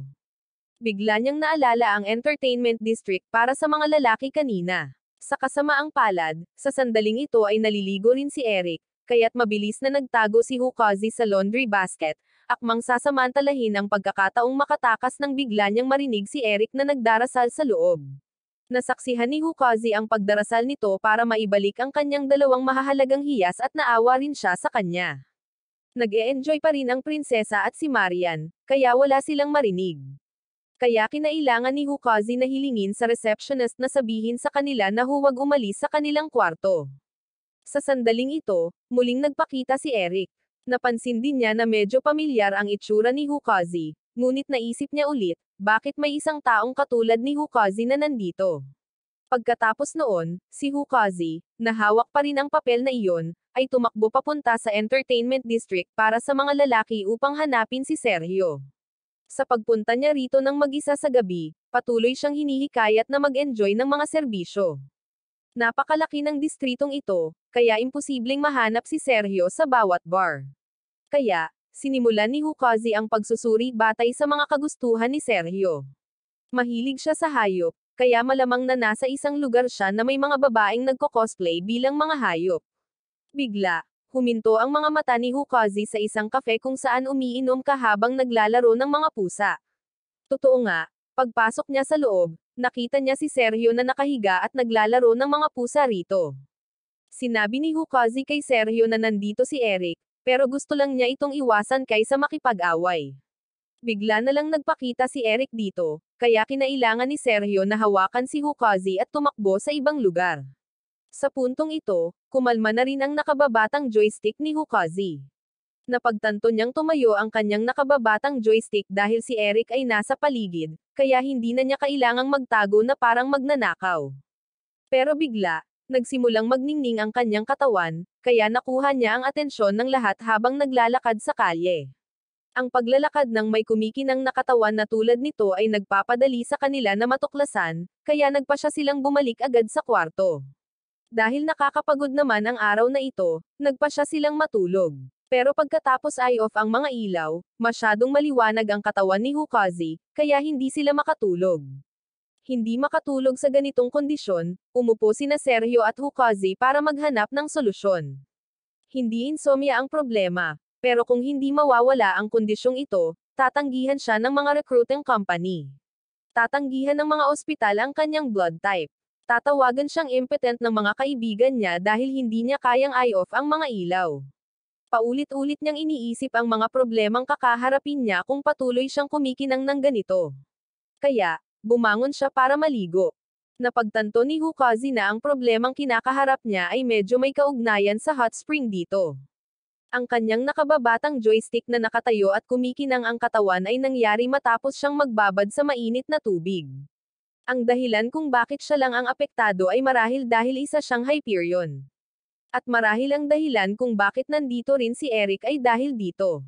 Totoo nga, pagkatapos magbabad sa mainit na tubig sa ikatlong pagkakataon, tumigil sa pagkinang ang kanyang katawan. Natuwa si Hukazi na tumigil siya sa pagkinang nang bigla niyang marinig si Eric na nagsabing, "Nandito ka rin pala." Naikinagulat niya. Muling nagdeklara ng digmaan si Eric kay Hukazi at gusto niyang ayusin ang lahat dito. Pero iminungkahi ni Hukazi na dapat siyang tumigil sa pakikipaglaban muna dahil isa itong hot spring. Pumupunta ang mga tao rito para mag-relax, hindi para makipag-away. Pagkatapos magsalita ni Hukazi, biglang nagliwanag ang kanyang katawan kaysa dati. Naisip ni Eric na gusto talaga siyang kalabanan ni Hukazi. Bukod dito, mas lalong nagningning ang nakababatang Junjun ni Hukazi na parang hinahamon ito. Gusto ni Eric na sumugod para sa isang one-on-one na laban kay Hukazi ngunit napigilan siya. Naisip niya na kung mag-aaway sila rito, masisira ang hot spring, na magdudulot ng problema sa may-ari, at ang matatalo ay matutuklasang sawi na hubad. Kung lalaganap ito, mawawalan ng negosyo ang hotel. Narinig ni Eric na may katuturan ito, kaya nagpasya siyang magbihis muna, bago magpatuloy. Habang nagbibihis, biglang naisip ni Hukazi na maglaro ng marumi, sinamantala ang kapabayaan ni Eric. Kinuha niya ang walis mula sa kwarto at malakas na hinampal si Eric sa ulo, pagkatapos ay umalis kasama ang buong grupo ng gabing iyon. Ang kanyang katawan ay nagliliwanag pa rin na parang lampara na nangunguna sa daan para sa grupo. Pagkatapos ay nagpatuloy ang grupo sa kanilang paglalakbay. Napilitan si Hukazi na ibalot ang kanyang katawan ng benda, magsuot ng sombrero, maitim na salamin, at turtleneck upang maiwasan ang pagpansin dahil kumikinang pa rin siya. Ngunit ngayon ay mas kainahinala ang kanyang itsura, na parang isang asasin. Tinutokso siya ng prinsesa, tinawag siyang talunan. Kaya binuksan ni Hukazi ang isang patong ng benda, na nagpasilo sa kanyang mga mata. Pinagalitan siya ni Sergio na huwag gawin iyon dahil sinabihan siyang huwag makaakit ng atensyon. Pagkatapos ay nakarating sila sa isang nayon upang magtanghalian. Napakasarap ng pagkain, ngunit si Hukazi ay nakaupo lamang at umiinom ng juice at pinapanood silang kumain. Kalaunan, makakakain na siya pagkatapos nilang makahanap ng tagwan para sa kanya. Ngunit dahil sa sobrang gutom niya, nagpasya si Hukazi na huwag silang pakinggan, binuksan ang mga bendahe para kumain. Bagamat mabilis siyang pinigilan ni Sergio at ng lahat, napansin pa rin sila ng mga tao sa kanilang paligid. Pagkatapos ay mabilis silang umalis ngunit pinigilan ng mga taga-nayon. Gusto nilang makita kung ano ang problema ni Hukazi. Sinabi ni Sergio na mayroon siyang malubhang paso sa buong katawan, kaya kailangan niya ng mga bendahe. Ngunit pinigilan pa rin ng mga taga-nayon si Hukazi at tinanggal ang mga bendahe sa kanyang katawan, na nagpakita ng kanyang kumikinang na katawan. Sa pag-aakalang tapos na ang lahat, biglang lumuhad at yumuko ang mga nakapalibot na tao. Humakbang pasulong ang pinuno ng nayon, na nagsasabing bababa ang Diyos sa lupa, at ayon sa alamat, ang kanyang katawan ay magniningning. Kaya ngayon ay tinatrato si Hukazi na parang Diyos ng mga taga-nayon dito. Magpapaliwanag na sana si Sergio, pero pumayag na rin si Hukazi, inamin na siya nga ang nahulog mula sa langit. Siya ang Diyos, at ang mga taong iyon ay kanyang mga tapat na lingkod. Dahil sa kanyang panlilinlang, si Hukazi ay itinaas na ngayon sa pagiging Diyos, pinaglilingkuran, kumakain ng maayos at nananamit ng maayos. Naisip ni Hukazi na kung inamin nila ito ng mas maaga, sino ang nakakaalam kung ano ang gagawin ng mga taga-nayon. Kaya, mas mabuting sumama na lang sila sa kanila. Gayunpaman, ang liwanag na nagmumula sa katawan ni Hukazi ay labis na enerhiya ng alma lamang sa kanyang katawan, kaya makakatakas si Hukazi mula rito bago pa ito malaman ng mga taga-nayon. Biglang kumatok ang pinuno ng nayon sa pinto ni Hukazi. Isinama niya ang mga taga-nayon at naghiyawan ang mga taga-nayon, nananawagan sa Diyos, dahilan para magtanong ang grupo kung ano ang gagawin ni Hukazi. Nais ng pinuno na ipakita ni Hukazi sa mga taga-nayon ang kanyang himala. Kaya nag-isip sandali si Hukazi, pagkatapos ay itinaas ang dalawang kamay sa langit at sumigaw ng malakas. Lumakas ang liwanag mula sa kanyang katawan. Gayun din, pagkatapos, isang kawan ng mga asul na paru-paro ang lumipad at damapo kay Hukazi, dahilan para lubusan siyang sambahin ng mga taga-nayon bilang Diyos. Sa pag-aakalang maayos ang lahat, biglang tumayo ang isang binata na humihiling kay Hukazi na iligtas ang nayon. Lumabas na matagal nang natuyo ang balon ng nayon na ito. Sinabihan ni Hukazi si Sergio na ibigay sa kanya ang espada. Pagkatapos ay ginawa itong hugis martilyo ni Hukazi, pinindot ang buton, at inihagis ito diretso sa balon. Bumubulwak ang tubig sa ilalim ng lupa at tinulungan ang mga taga-nayon na makatakas sa kanilang mga paghihirap. Inisip ng prinsesa na swerte lang si Hukazi, kaya pinayuhan niya itong huwag nang palalimin pa ang usaping ito dahil hindi mahuhulaan ang mga kahihinatnan. Ngunit wala talagang pakialam si Hukazi. Casual siyang lumingon pabalik sa mga taga-nayon, ipinagmamalaki na siya ang Diyos. Pagkatapos ay tinanong ng pinuno ng nayon si Hukazi tungkol sa simula ng mundong ito. Kaya nagsimula siyang magsabi ng maraming kalokohang teorya. Walang naiintindihan ang mga taga-nayon at nagsaya na lang. Natatakot din ang grupo ni Hukazi na mabunyag, kaya nagpalitan sila ng pagtatago para kay Hukazi, kahit na hindi rin nila naiintindihan ang pinag-uusapan ni Hukazi. Habang nagchichir ang mga taga-nayon, lalo pang nagsasalita ng kalokohan si Hukazi. Ang resulta ay kailangan nilang manatili ng ilang araw pa, at kinabukasan, muling lumapit ang buong nayon upang tanungin si Hukazi tungkol sa maraming bagay mula sa langit upang makita kung saan patungo ang mundo. Kaya muling nagsalita ng kalokohan si Hukazi, kaya kinailangan ng grupo ng prinsesa na makialam at magpaliwanag. Tumayo ang isang taga-nayon upang pabulaanan si Hukazi, kaya pinayuko niya sila dahil walang maiintindihan ang mga taong walang alam. Isang mas magandang mundo ang naghihintay sa atin, kahit ako ay hindi pa alam kung paano makarating doon. Wala pa ring naiintindihan ang mga taga-nayon at patuloy na naghihiyawan.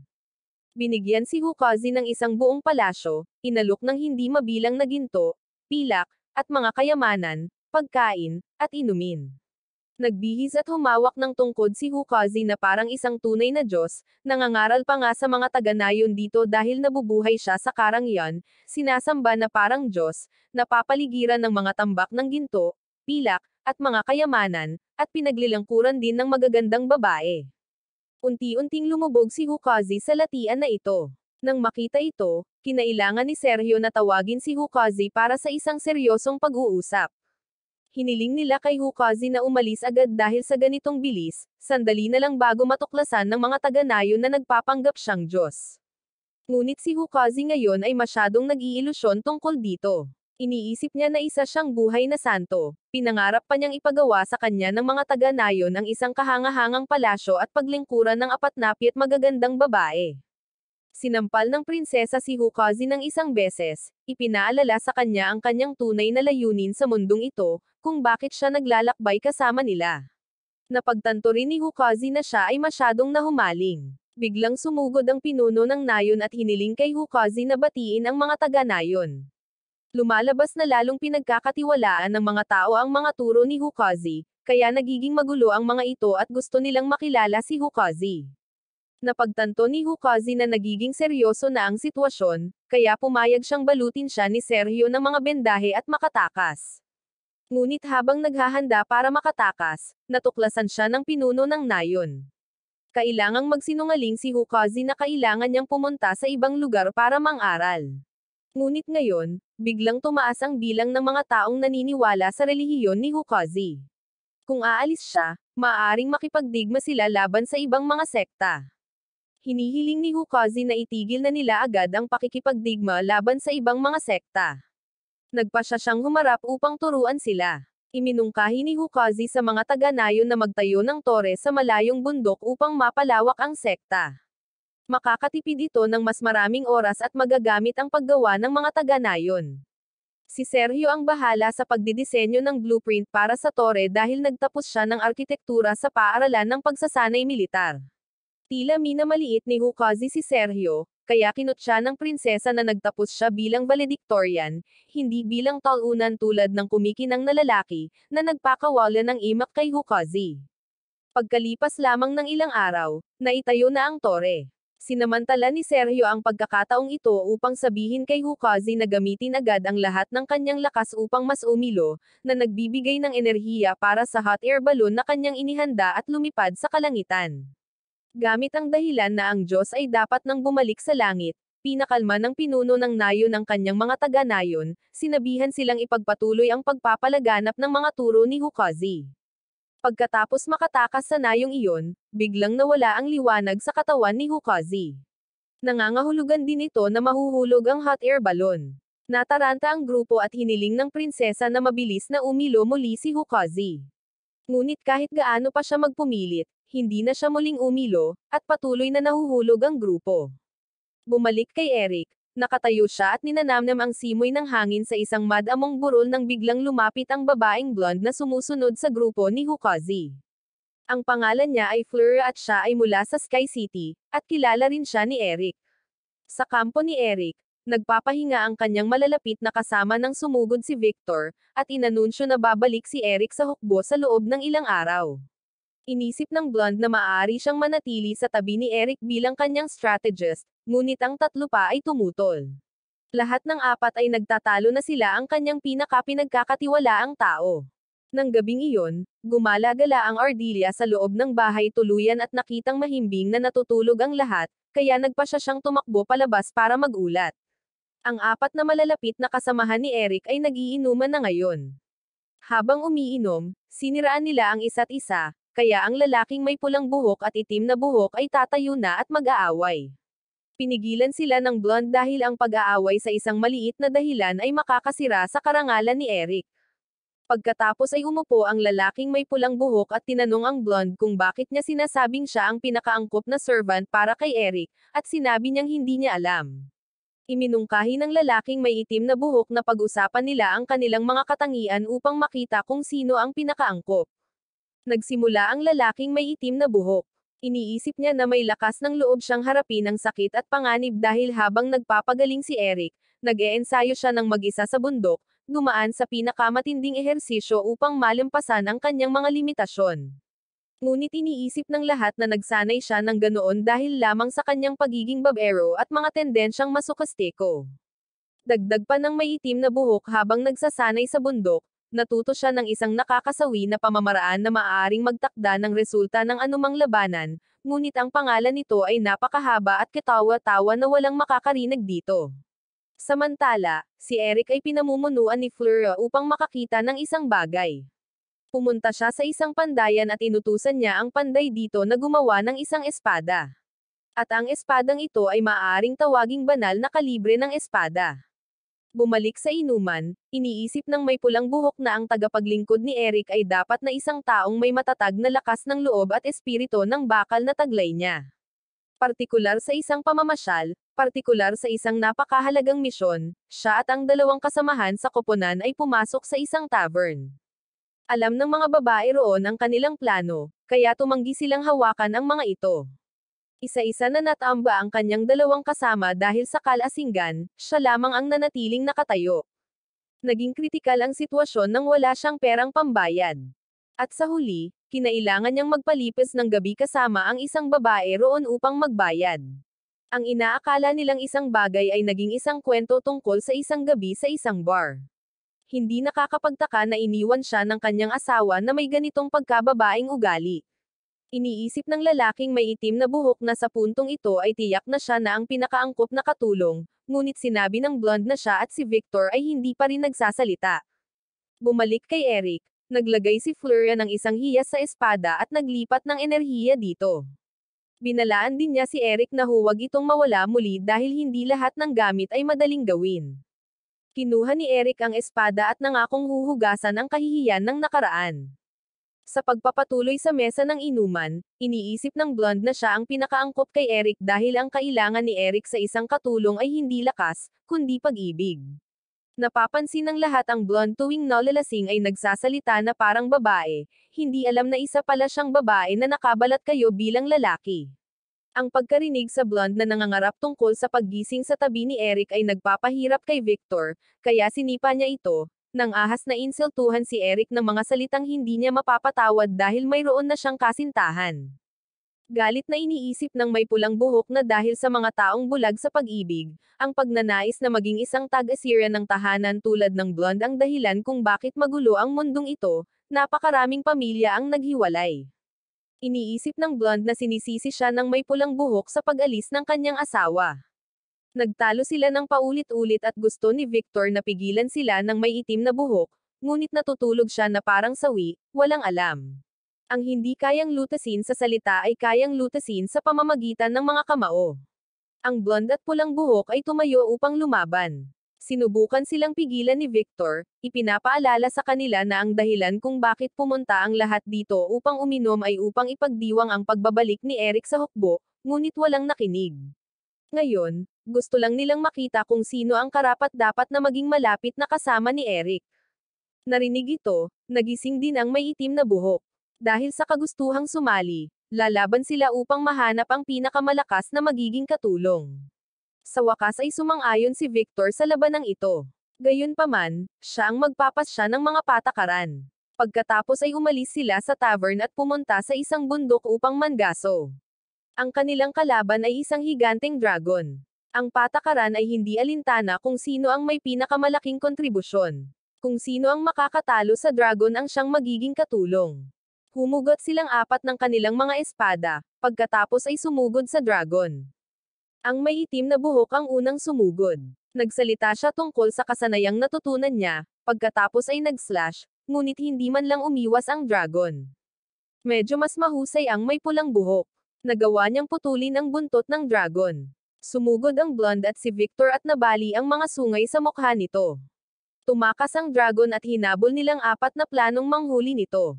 Ngunit biglang nagpakita ang isang dragon na 10 beses na mas malaki kaysa sa nauna, na bumubuga ng apoy ng isang beses at pinabagsak silang apat sa lupa. Hindi tatanggapin ni Victor ang pagkatalo dahil kung matatalo sila, paano nila haharapin si Eric? Habang nahihirapan, nagpakita ang anino ni Eric. Pumunta siya rito dala ang espadang ibinigay sa kanya ni Fleur. Sa isang atake lang, matagumpay na natalo ni Eric ang dragon. Inamin din ni Eric na mali siya sa pagtatangkang harapin si Hukazi ng mag-isa. Ngayon ay naiintindihan na niya at pupuntahan niyang tapusin si Hukazi kasama ang kanyang apat na malalapit na kasama. Ang apat na asol, pula, itim, at blonde na lalaki ay naglalaro ng bola ng magkasama sa kampo. Pinag-uusapan nila ang sugat ni Eric, ngunit hanggang ngayon ay hindi pa rin nila alam kung saan siya nasugatan. Gusto talaga siyang aliwin ng blonde, ngunit may fiancé na si Eric. Sa panig ng grupo ni Hukazi, halos wala na silang mga probisyon, kaya kailangan nilang manghuli ng isda para ihawin at kumuha ng tubig sa sapa para inumin. Naubusan na rin ng mga candy para sa prinsesa. Pinagalitan ni Hukazi si Marian dahil sa hindi pagkalkula ng dami ng rasyon na dadalhin. Ang pagtulog sa labas at pagkain ng mga pansamantalang bagay na tulad nito ay nagpaparamdam kay Hukazi ng matinding pangungulila sa kanyang tahanan. Hinahanap-hanap niya ang masasarap na pagkain at gusto niyang magbasa ng manga. Patuloy na nagkukwento si Hukazi tungkol sa mga nakagawian niya sa mundo. Kahit walang nakakaintindi, gusto na lang umuwi ni Hukazi ngayon, pero iyon din ang dahilan kung bakit siya naglalakbay kasama ang grupo ng prinsesa. Pinaniguro nila kay Hukazi na kapag nakarating sila sa kabisera, tiyak na may paraan para makauwi siya. Nang gabing iyon, mahimbing na nakatulog ang buong grupo sa tabi ng apoy. Si Hukazi lang ang hindi makatulog. Gusto niyang maglaro at gusto niyang kumain ng merienda at magbasa ng manga. Gusto niyang manood ng anime sa gabi. Nagtataka siya kung ano ang nangyari sa mga laro at pelikulang pinapanood niya noon. Kinabukasan, dumating ang grupo sa lungsod. Napansin nilang medyo tahimik si Hukazi ngayon. Nag-uukit din ng kahoy, gumagawa ng kung ano simula pa noong madaling araw. Lumalabas na gumawa si Hukazi ng game controller para mabawasan ang kanyang kalungkutan. Pagkatapos ay naghanap ang grupo ng isang tuluyan. Sa wakas ay nakapagbabad na ang prinsesa sa mainit na tubig. Nasiyahan ang buong grupo sa nakaka-relax na sandali. Ngunit nang lumapit si Sergio upang sabihan si Hukazi na maligo, natuklasan niyang hawak ni Hukazi ang controller, pinipindot ang mga buton, nakatitig sa dingding, at walang tigil sa paggala, ang kanyang mga mata ay tila walang laman. Pagkatapos ay sinabi ni Sergio sa prinsesa at kay Marian ang tungkol dito. Ayaw na ngayon ni Hukazi na kumain ng kanin, ngunit gusto lamang niya ng mga merienda at manga, ngunit hindi nila alam kung ano ang mga iyon. Ayon kay Hukazi, ang mga merienda ay hindi matamis, may maalat, maanghang, or kakaibang lasa, at hiniwa ng manipis. Wala silang naiintindihan, ngunit sinubukan pa rin nilang mamili para kay Hukazi. Nakatitig na ngayon si Hukazi sa isang parihaba sa dingding, tinatrato ito na parang isang TV, na nagpapaisip sa lahat na nababaliw na siya. Inilapag ni Marian ang mga binili niya, ngunit galit na hinampas ni Hukazi ang unan.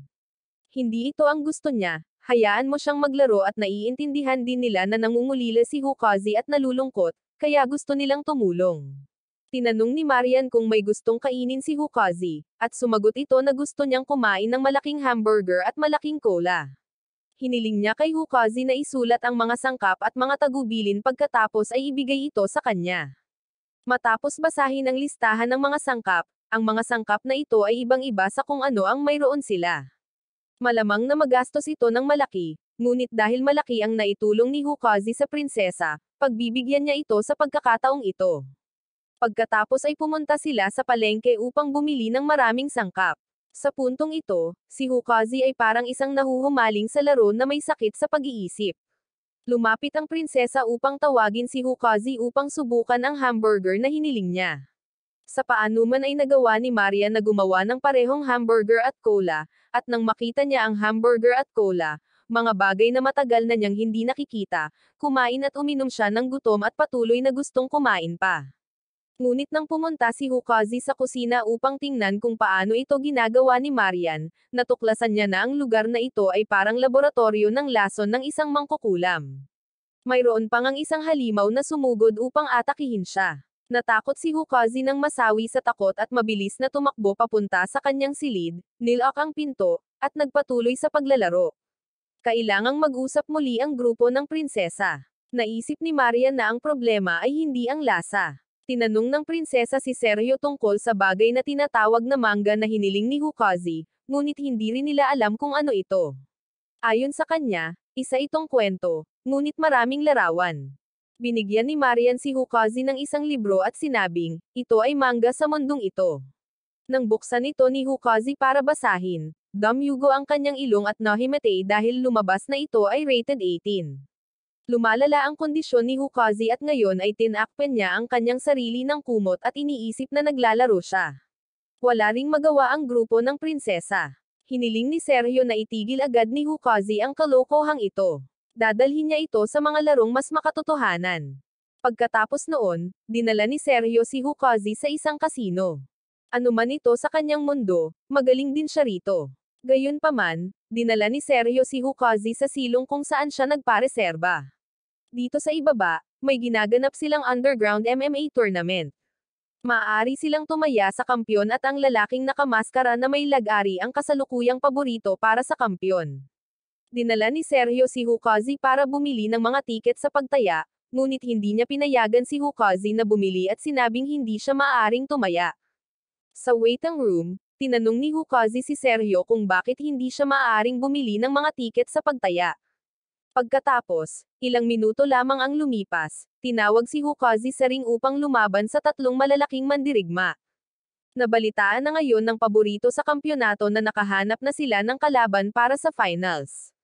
Ito ang mandirigmang kara-rating lang. Nanalo si Hukazi sa pamamagitan ng pagtakbo sa paligid ng ring ng walang direksyon, pagkatapos ay pag-akyat sa bakod, hinayaan ang iba pang tatlong mandirigma na maglaban. Pagkatapos, nang isa na lang ang natira, sumugod siya at sinipa ito sa singit para manalo. Inisip ng manager ng lalaking nakamaskara na hindi nila maaaring maliitin si Hukazi. Pagkatapos ay nakipagkamay siya kay Sergio para magkasamang magsaya sa finals. Pagkatapos ay inilabas ng lalaking nakamaskara ang kanyang lag-ari. Nagreklamo si Hukazi sa referee, ngunit inisip ng isa pang lalaki na may dala ring espada si Hukazi papunta sa ring, kaya patas lang ito. Nagsimula na ang laban. Nagtakbuhan si Hukazi nang walang ingat dahil kung matamaan siya ng lag-ari, tiyak na matatalo siya. Sinabihan ni Sergio si Hukazi na labanan na lang siya tulad ng pakikipaglaban kay Eric, ngunit inisip ni Hukazi na ibang-iba ang isang ito. Nagtanong si Hukazi, hindi ba siya maaaring umayaw, pero tumaya na sa kanya ang grupo ng prinsesa. Na-corner si Hukazi sa pader. Binunot niya ang kanyang espada at tinamba ang lag-ari ng lalaking nakamaskara. Akala ng lahat ay mananalo na siya, ngunit ginamit ni Hukazi ang pagkakataon upang tumakas, na ikinagalit ng mga manunood. Pagkatapos ay sinisi ni Hukazi ang grupo ng prinsesa sa pag-set up sa kanya para pagsamantalahan siya. Nangungulila lang siya na mas inaalagaan nila siya, ngunit kinaladkad nila siya palabas para kumita, at gusto pa nga siyang lasunin. Hindi alam ng lahat ang sasabihin, kaya bumalik sila sa kwarto para matulog. Pagkalipas ng ilang araw, nadaanan ng grupo ang isang inabando ng kastilyo at nagpas siyang doon na magpalipis ng gabi. Nagreklamo si Hukazi na wala siyang kinain buong araw, pero bukas ay makakarating sila sa susunod na bayan, kaya kailangan niyang magtiis. Kinabukasan, nagpatuloy ang grupo sa paglalakbay. Patuloy na nagrereklamo si Hukazi dahil sumasakit ang kanyang katawan dahil sa pagtulog sa kastilyo kagabi. Bigla, nakarinig sina Sergio at Marian ng putok ng artilleria. Agad na sinunggaban ang prinsesa at si Hukazi at tumalon mula sa lugar na iyon. Bagamat hindi nila nataman ang target, labis na nasiyahan si Eric dahil napakagandang panimulang putok iyon. Pinangunahan ni Eric ang kanyang mga tropa patungo sa lokasyon ni Hukazi. Hindi nila maintindihan kung paano nila natuklasan ang kanilang lokasyon. Ngunit ang pinakamahalaga ngayon ay ang makahanap ng paraan upang harapin ito.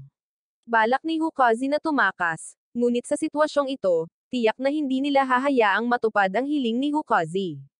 Kaya, ang tanging paraan ngayon ay ang lumihis at lumikha ng ruta ng pagtakas. Sumugod sina Hukazi at Sergio upang harangan ang mga sundalo ni Eric. Mahusay ang koordinasyon ng panig ni Eric, sinusundan ng mga utos kasama ang mga pinong hugis na armas, kaya hindi match ang panig ng prinsesa. Sumugod si Eric para salakayin si Hukazi. Ginamit niya ang kanyang espada para harangan ito. Ang pagsabog na dulot ng dalawang espada ng Alma ay sumire sa lupang kinatatayuan nila. Natamba ang grupo ng prinsesa sa bangin at tumalon din si Sergio kasunod nila. Nakabawi na ng malay si Hukazi habang nakaligtas ang prinsesa dahil sa paghawak sa kanya ni Marian. Katabi nila ang lalaking may itim na buhok mula sa grupo ni Eric na natamba rito ng walang malay. Hinanap ng mga sundalo ni Eric ang lalaking may itim na buhok sa ilog, ngunit hindi nila ito natagpuan. Sa halip, dinakip nila si Marian at ibinalik sa kampo para sa interogasyon. Patuloy na umaarte si Marian na parang isang babaeng walang alam para mawalan ng bantay ang mga tropa ni Eric, kaya nabibigyan ng oras ang kanyang mga kasamahan sa koponan na iligtas siya. Sa panig ni Hukazi, itinali na nila ang lalaking may itim na buhok, ngunit tumanggi siyang magbunyag ng anuman. Kaya, humakbang ang prinsesa upang tapakan siya. Ngunit dumating si Hukazi upang pigilan siya dahil para sa isang masokistang tulad ng lalaking may itim na buhok na ito, parang gantimpala iyon. Patuloy siyang humihingi ng pagpapahirap, na nagpapalungkot kahit sa prinsesa sa unang pagkakataon kapag pinapahirapan ang isang tao. Sa panig naman ni Eric, patuloy niyang tinatanong si Marian, ngunit patuloy pa rin itong nag-aarte na parang bata at nagpapakawalang alam, gumagawa ng kaguluhan at patuloy na binababa ng kanyang mga tauhan ang kanilang bantay. Kahit na gusto talaga nila siyang tanungin, wala silang makuha. Bumalik kay Hukazi. Ayaw pa ring magsalita ng lalaking may itim na buhok. Nagalit si Sergio at akmang papahirapan na siya, ngunit pinigilan siya ni Hukazi. Pagkatapos ay naglaro si Hukazi ng mga psikolohikal na laro.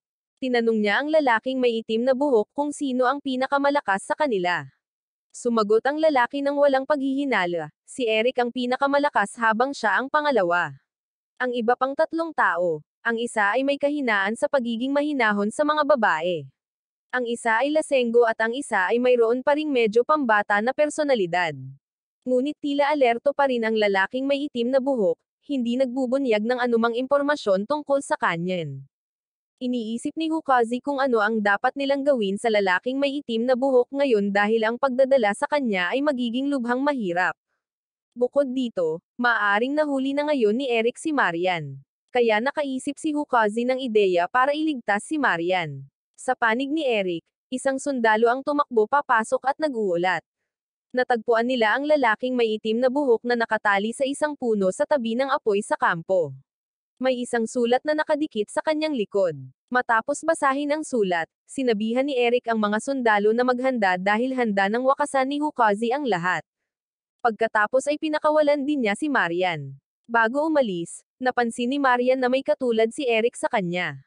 Nang tumingin siya sa ibaba, nagulat si Eric at sinabihan siyang umalis agad. Nakabalik na si Marian sa inabando ng kastilyo at muling nakipag-isa sa grupo. Tinawagan ni Hukazi si Marian para tumulong dahil naghahanda na sila para salubungin ang mga tropa ni Eric. Pagkatapos noon, dumating ang mga tropa ni Eric sa kastilyo. Sumugod sila sa loob at nakita ang mga palaso na iginuhit ni Hukazi. Sa palagay nila ay gusto ni Hukazi na sundin nila ang mga direksyon. Kaya, nang walang paghihinala, pumasok sila sa unang silid. Sa loob ay isang upo ang pang-torture.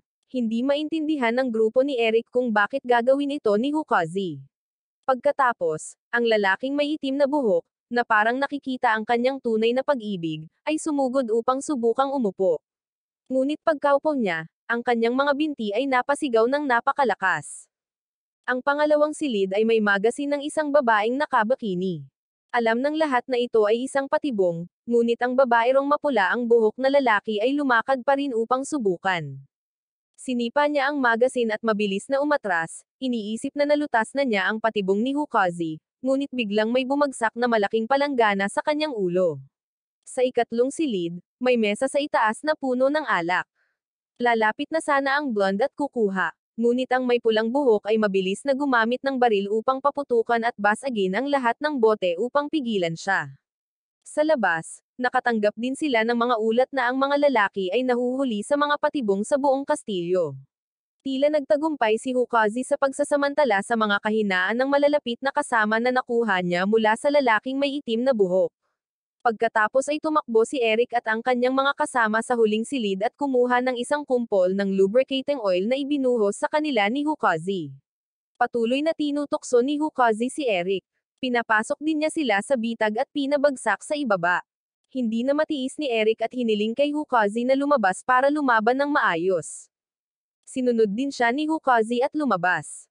Nagbanta si Hukazi na kung maglalakas loob na humakbang pa si Eric, tatapakan nila ang bitag at sesabog. Nagpakita ng takot ang mga kasamahan ni Eric. Habang nagpapakita lamang si Eric ng isang nakakabaliw na ngiti, kinailangan ni Eric na tiisin ang maraming maruruming panlilinlang ni Hukazi, at ngayon ay hawak na niya ang kalibreng espada. Sa isang atake lang, pinasabog niya ang prinsesa at si Hukazi tulad noong tinalo niya ang dragon. Nasaksihan ang atake na iyon, naniniwala silang lahat na nasawi na si Hukazi at ang prinsesa.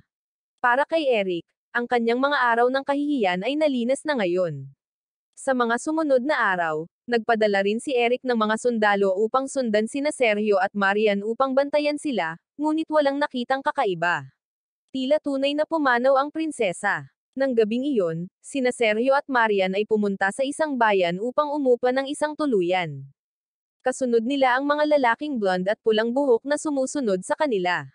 Gumastos pa sila ng pera para umupa ng kwarto sa tapat ng kanilang tuluyan para mabantayan sila. Ang dahilan kung bakit kailangan pa rin nilang imbestigahan ang grupo ng prinsesa ay dahil kadalasan ay tuso si Hukazi, ngunit sa huling labanang iyon, madali siyang tumigil at tinanggap ang kasawian. Kaya, kainahinala ito. Iniisip nila na kung buhay pa si Hukazi, tiyak na makikipagkita ulit siya kina Marian at Sergio. Nalaman ng blonde ang tunay na dahilan ng pagpunta rito ng lalaking may pulang buhok para sa misyong ito ay dahil maraming magagandang babae rito. Pumunta siya rito dahil gusto niyang pumunta sa mga bar. Isinama ang blonde para bantayan ang lalaking may pulang buhok, tinitiyak na hindi nito pababayaan ang misyon at palihim na aalis para maglaro. Sa ikalawang araw ng misyong pang-intelligence, nakikita pa rin ng lalaking may pulang buhok ang kanilang dalawa na umaarte ng normal, walang kahit anong galaw. Patuloy na nakikipagtalo ang lalaking may pulang buhok sa blonde na gusto nitong lumabas at maglaro, ngunit hindi siya pinayagan ng blonde. Habang nagtatalo sila, may bagong galaw ang panig ni Sergio. Aalis na silang dalawa, akala nila ay hindi pa natutuklasan ni Sergio na may sumusunod sa kanila at makikipagkita sila kay Hukazi, kaya sumunod sila. Habang nakasunod, biglang naghiwalay sina Sergio at Marian at nagtungo sa magkaibang direksyon. Kaya, sinundan ng blonde si Marian habang ang may pulang buhok ay sumusunod kay Sergio. Natuklasan ng may pulang buhok na pupunta si Sergio sa isang kafe para makipagkita sa isang tao. Maya-maya, isang lalaki ang nagpakita. Nabigla ang may pulang buhok at medyo malakas na nagsalita, kaya napansin siya. Nagtaka siya sa pagkakakilanlan ng lalaking ito. At nang magsimula silang mag-usap, kumuha si Sergio ng ilang gintong barya at isang piraso ng papel at ibinigay ang mga ito sa lalaking iyon.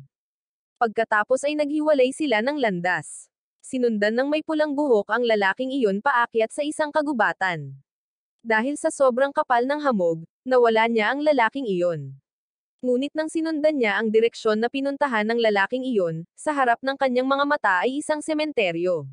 Nang gabing iyon, bumalik ang may pulang buhok sa base at narinig na bumalik na sina Sergio at Marian sa inn. Ikinwento niya sa Blonde ang tungkol sa pakikipagkita ni Sergio sa isang lalaki. Nang malaman niyang nawala sa patanjin ng may pulang buhok ang lalaking iyon, pinagalitan siya ng Blonde bilang walang silbi. Tungkol naman kay Victor, natalo na ang kanyang kalaban na si Hukazi, kaya wala na siyang lakas ng loob na lumaban.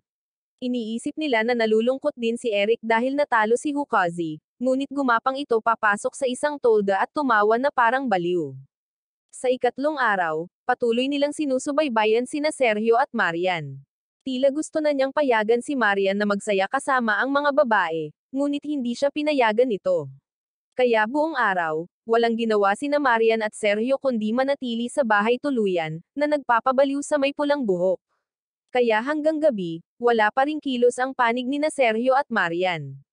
Hiniling ng may pulang buhok sa Blonde na bantayan ito habang lumalabas siya upang imbestigahan ang lalaking hindi niya namamalayan kahapon. Gayunpaman, ang may pulang buhok ay mayroon pa ring parehong masamang gawi. Pumunta siya sa isang bar upang uminom kasama ang isang babae, na sinasabing nag-iimbestiga siya. Hindi lamang siya makapag-imbestiga ng anuman, kundi nalasing pa, nawalan pa ng pera para itanong ang pangalan ng babae na ito. Pagkatapos ay nalasing siya ng husto at nakatulog agad sa bar. Kinabukasan, bumalik ang may pulang buhok sa base upang ipagpatuloy ang pagsubaybay sa grupo ni na Marian at Sergio dahil nasobrahan siya sa pag-inom noong nakaraang araw.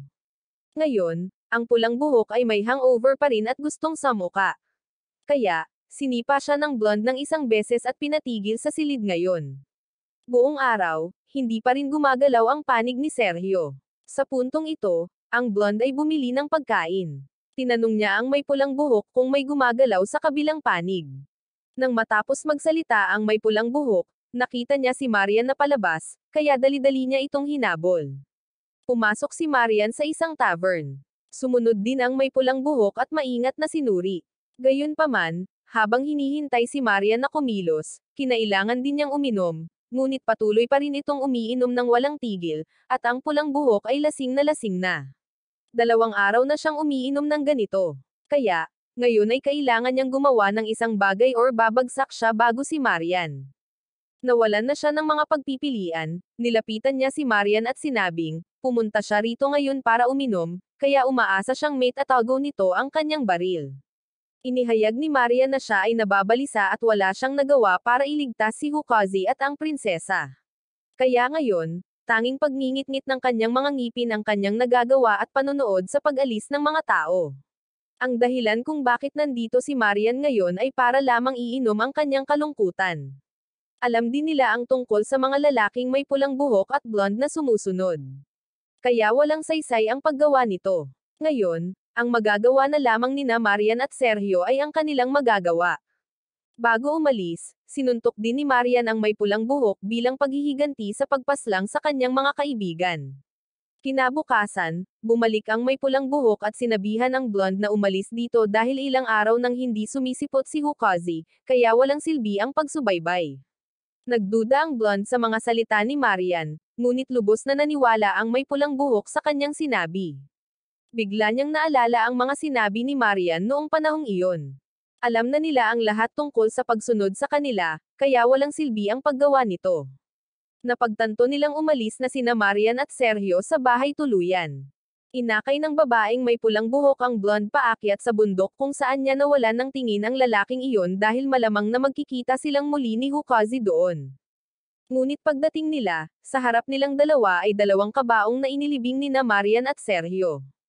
Dahil nasasaksihan silang dalawa ng ganoon, maging ang mga luha sa pisngi ni Marian ay nagpapaniwala rin sa kanilang dalawa na nasawi na si Hukazi at ang prinsesa. Kaya pagkatapos ng 5 araw na pagsisiyasat, nagpa siya ang babaeng may pulang buhok at blonde na lalaki na bumalik upang iulat na tapos na ang misyon.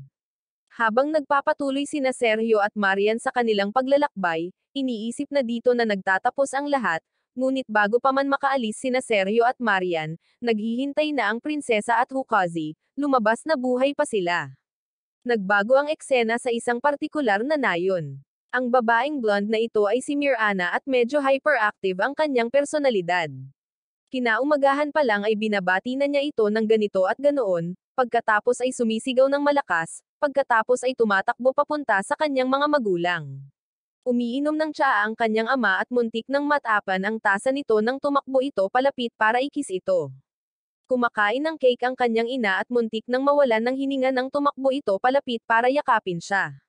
Nag-aalala si Mirana na baka hindi maganda ang itsura ng kanyang buhok bukas at pagtatawanan siya ng lahat. Walang sino man sa mundong ito ang nagdurusa ng kasing tindi niya. Umiiyak lang ng malakas si Mirana ng ganoon. Kailangan siyang aliwin ng kanyang mga magulang, sinasabing napaka-cute niya. Kaya, naging masaya ulit siya, tumakbo para yakapin ang kanyang mga magulang, na halos mawalan ng hininga. Ngayon, nagpa siya si Mirana na bisitahin ang kanyang lola. Kahit na sinubukan siyang pigilan ng kanyang mga magulang, iniisip na hindi ito magandang ideya, hindi nakinig si Mirana. Magsasalita na sana ang kanyang ina, ngunit pinigilan siya ng kanyang asawa. Nang tumakbo si Mirana sa kalye, tumakbo ang lahat papasok sa kani-kanilang mga bahay at isinara ang kanilang mga pinto, iniiwasan siya. Ngunit tila hindi niya alam ito at patuloy na tumatakbo ng masaya. Sa sandaling ito, maganda ang pakiramdam ni Hukazi tungkol sa kanyang pekeng planong kasawian. Lumalabas na ginamit ni Hukazi ang salamin sa kastilyo upang ipakita ang imahe niya at ng prinsesa, na matagumpay na niloloko si Eric at ang kanyang grupo. Ngayon, iniisip ng grupo ni Eric na nasawi na sina Hukazi at ang prinsesa, kaya mas madali silang makakagalaw. Ngunit hindi maaaring balewalain ng tagumpay na ito ang talento sa pag-arte ni Marian at Sergio. Ang libing na ginanap nilang dalawa ay lubos na nagpaloko sa dalawang nasasakupan. Bigla, nakaramdam si Hukazi ng pananakit ng tiyan, ngunit ayaw niyang gumamit ng palikuran. Inisip ng prinsesa na may nakain siyang masama habang nasa daan, ngunit wala pa siyang kinakain mula umaga. Bumalik kay Mirana, nasa bahay na siya ngayon ng kanyang lola at inaalagaan ito, ngunit isinubo niya ang isang buong piraso ng tinapay sa bibig ng kanyang lola, pagkatapos ay tumakbo upang panasan ang sahig, na nag-iwan sa kanyang lola na nahihirapan. Sinubukan ng lola na abutin ang tasa ng tubig sa mesa, ngunit aksidenteng natamon sa mukha ng hawakan ng wallis ni Mirana at nahimatay. Pagkatapos ay tumakbo palabas si Mirana at aksidenteng nabangga ang grupo ni Hukazi. Agad siyang tinamaan ng pag-ibig sa unang pagkikita at nagkaroon ng ibang pananaw kay Hukazi. Nagsimulang managinip si Mirana tungkol sa isang pag-iibigan. Iniisip niya na sila ni Hukazi ay ipinanganak para sa isa't isa. Masakit lang ang tiyan ni Hukazi, pero sa tingin niya ay may sakit na ito at malapit ng masawi kaya kailangan ng maghiwalay ang dalawa. Kaya pagkatapos noon, nagpa siya si Mirana na sundan si Hukazi. Dahil hindi pa rin bumubuti ang tiyan nito, kinailangan ni Hukazi na magpatingin sa doktor. Nakita ni Mirana na lumabas si Hukazi, patuloy niyang inisip ang mga trahedya.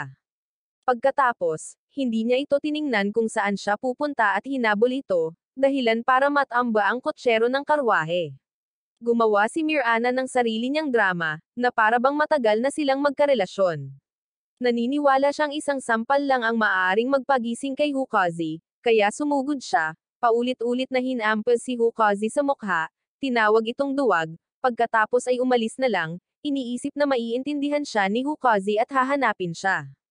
Bumalik si Hukazi sa grupo at nagreklamo tungkol sa pagpapahirap sa kanya ng isang babae, ngunit sa tingin nila ay may ginawa siyang mali dahil walang paraan na basta na lang siyang papahirapan ng babaeng iyon.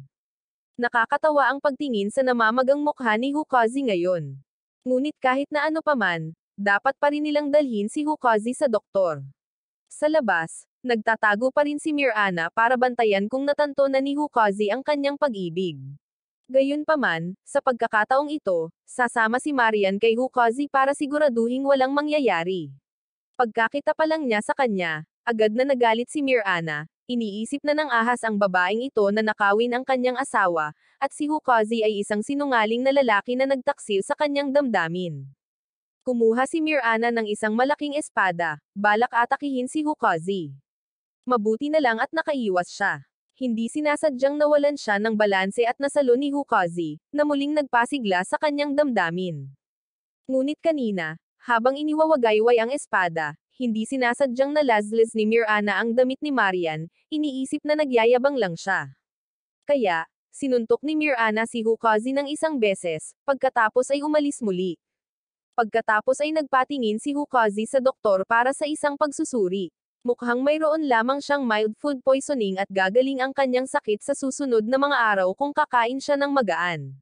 Pero sabi ng doktor, bali ang collarbone ni Hukazi at tinanong kung ano ang nangyari. Ikinwento ni Hukazi na inaalala lang niya ang sarili niyang buhay nang may isang magandang babae na sumugod sa kanya at inatake siya kung bakit hindi niya alam. Pagkaalis, tinanong ni Marian si Hukazi kung hindi ba talaga niya alam ang nangyayari, pero kung alam niya sana kung paano ito haharapin. Nakatayo pa rin si Mirana habang pinapanood sila, sinisisi ang sarili sa pagiging padalos-dalos at pag-atake kay Hukazi.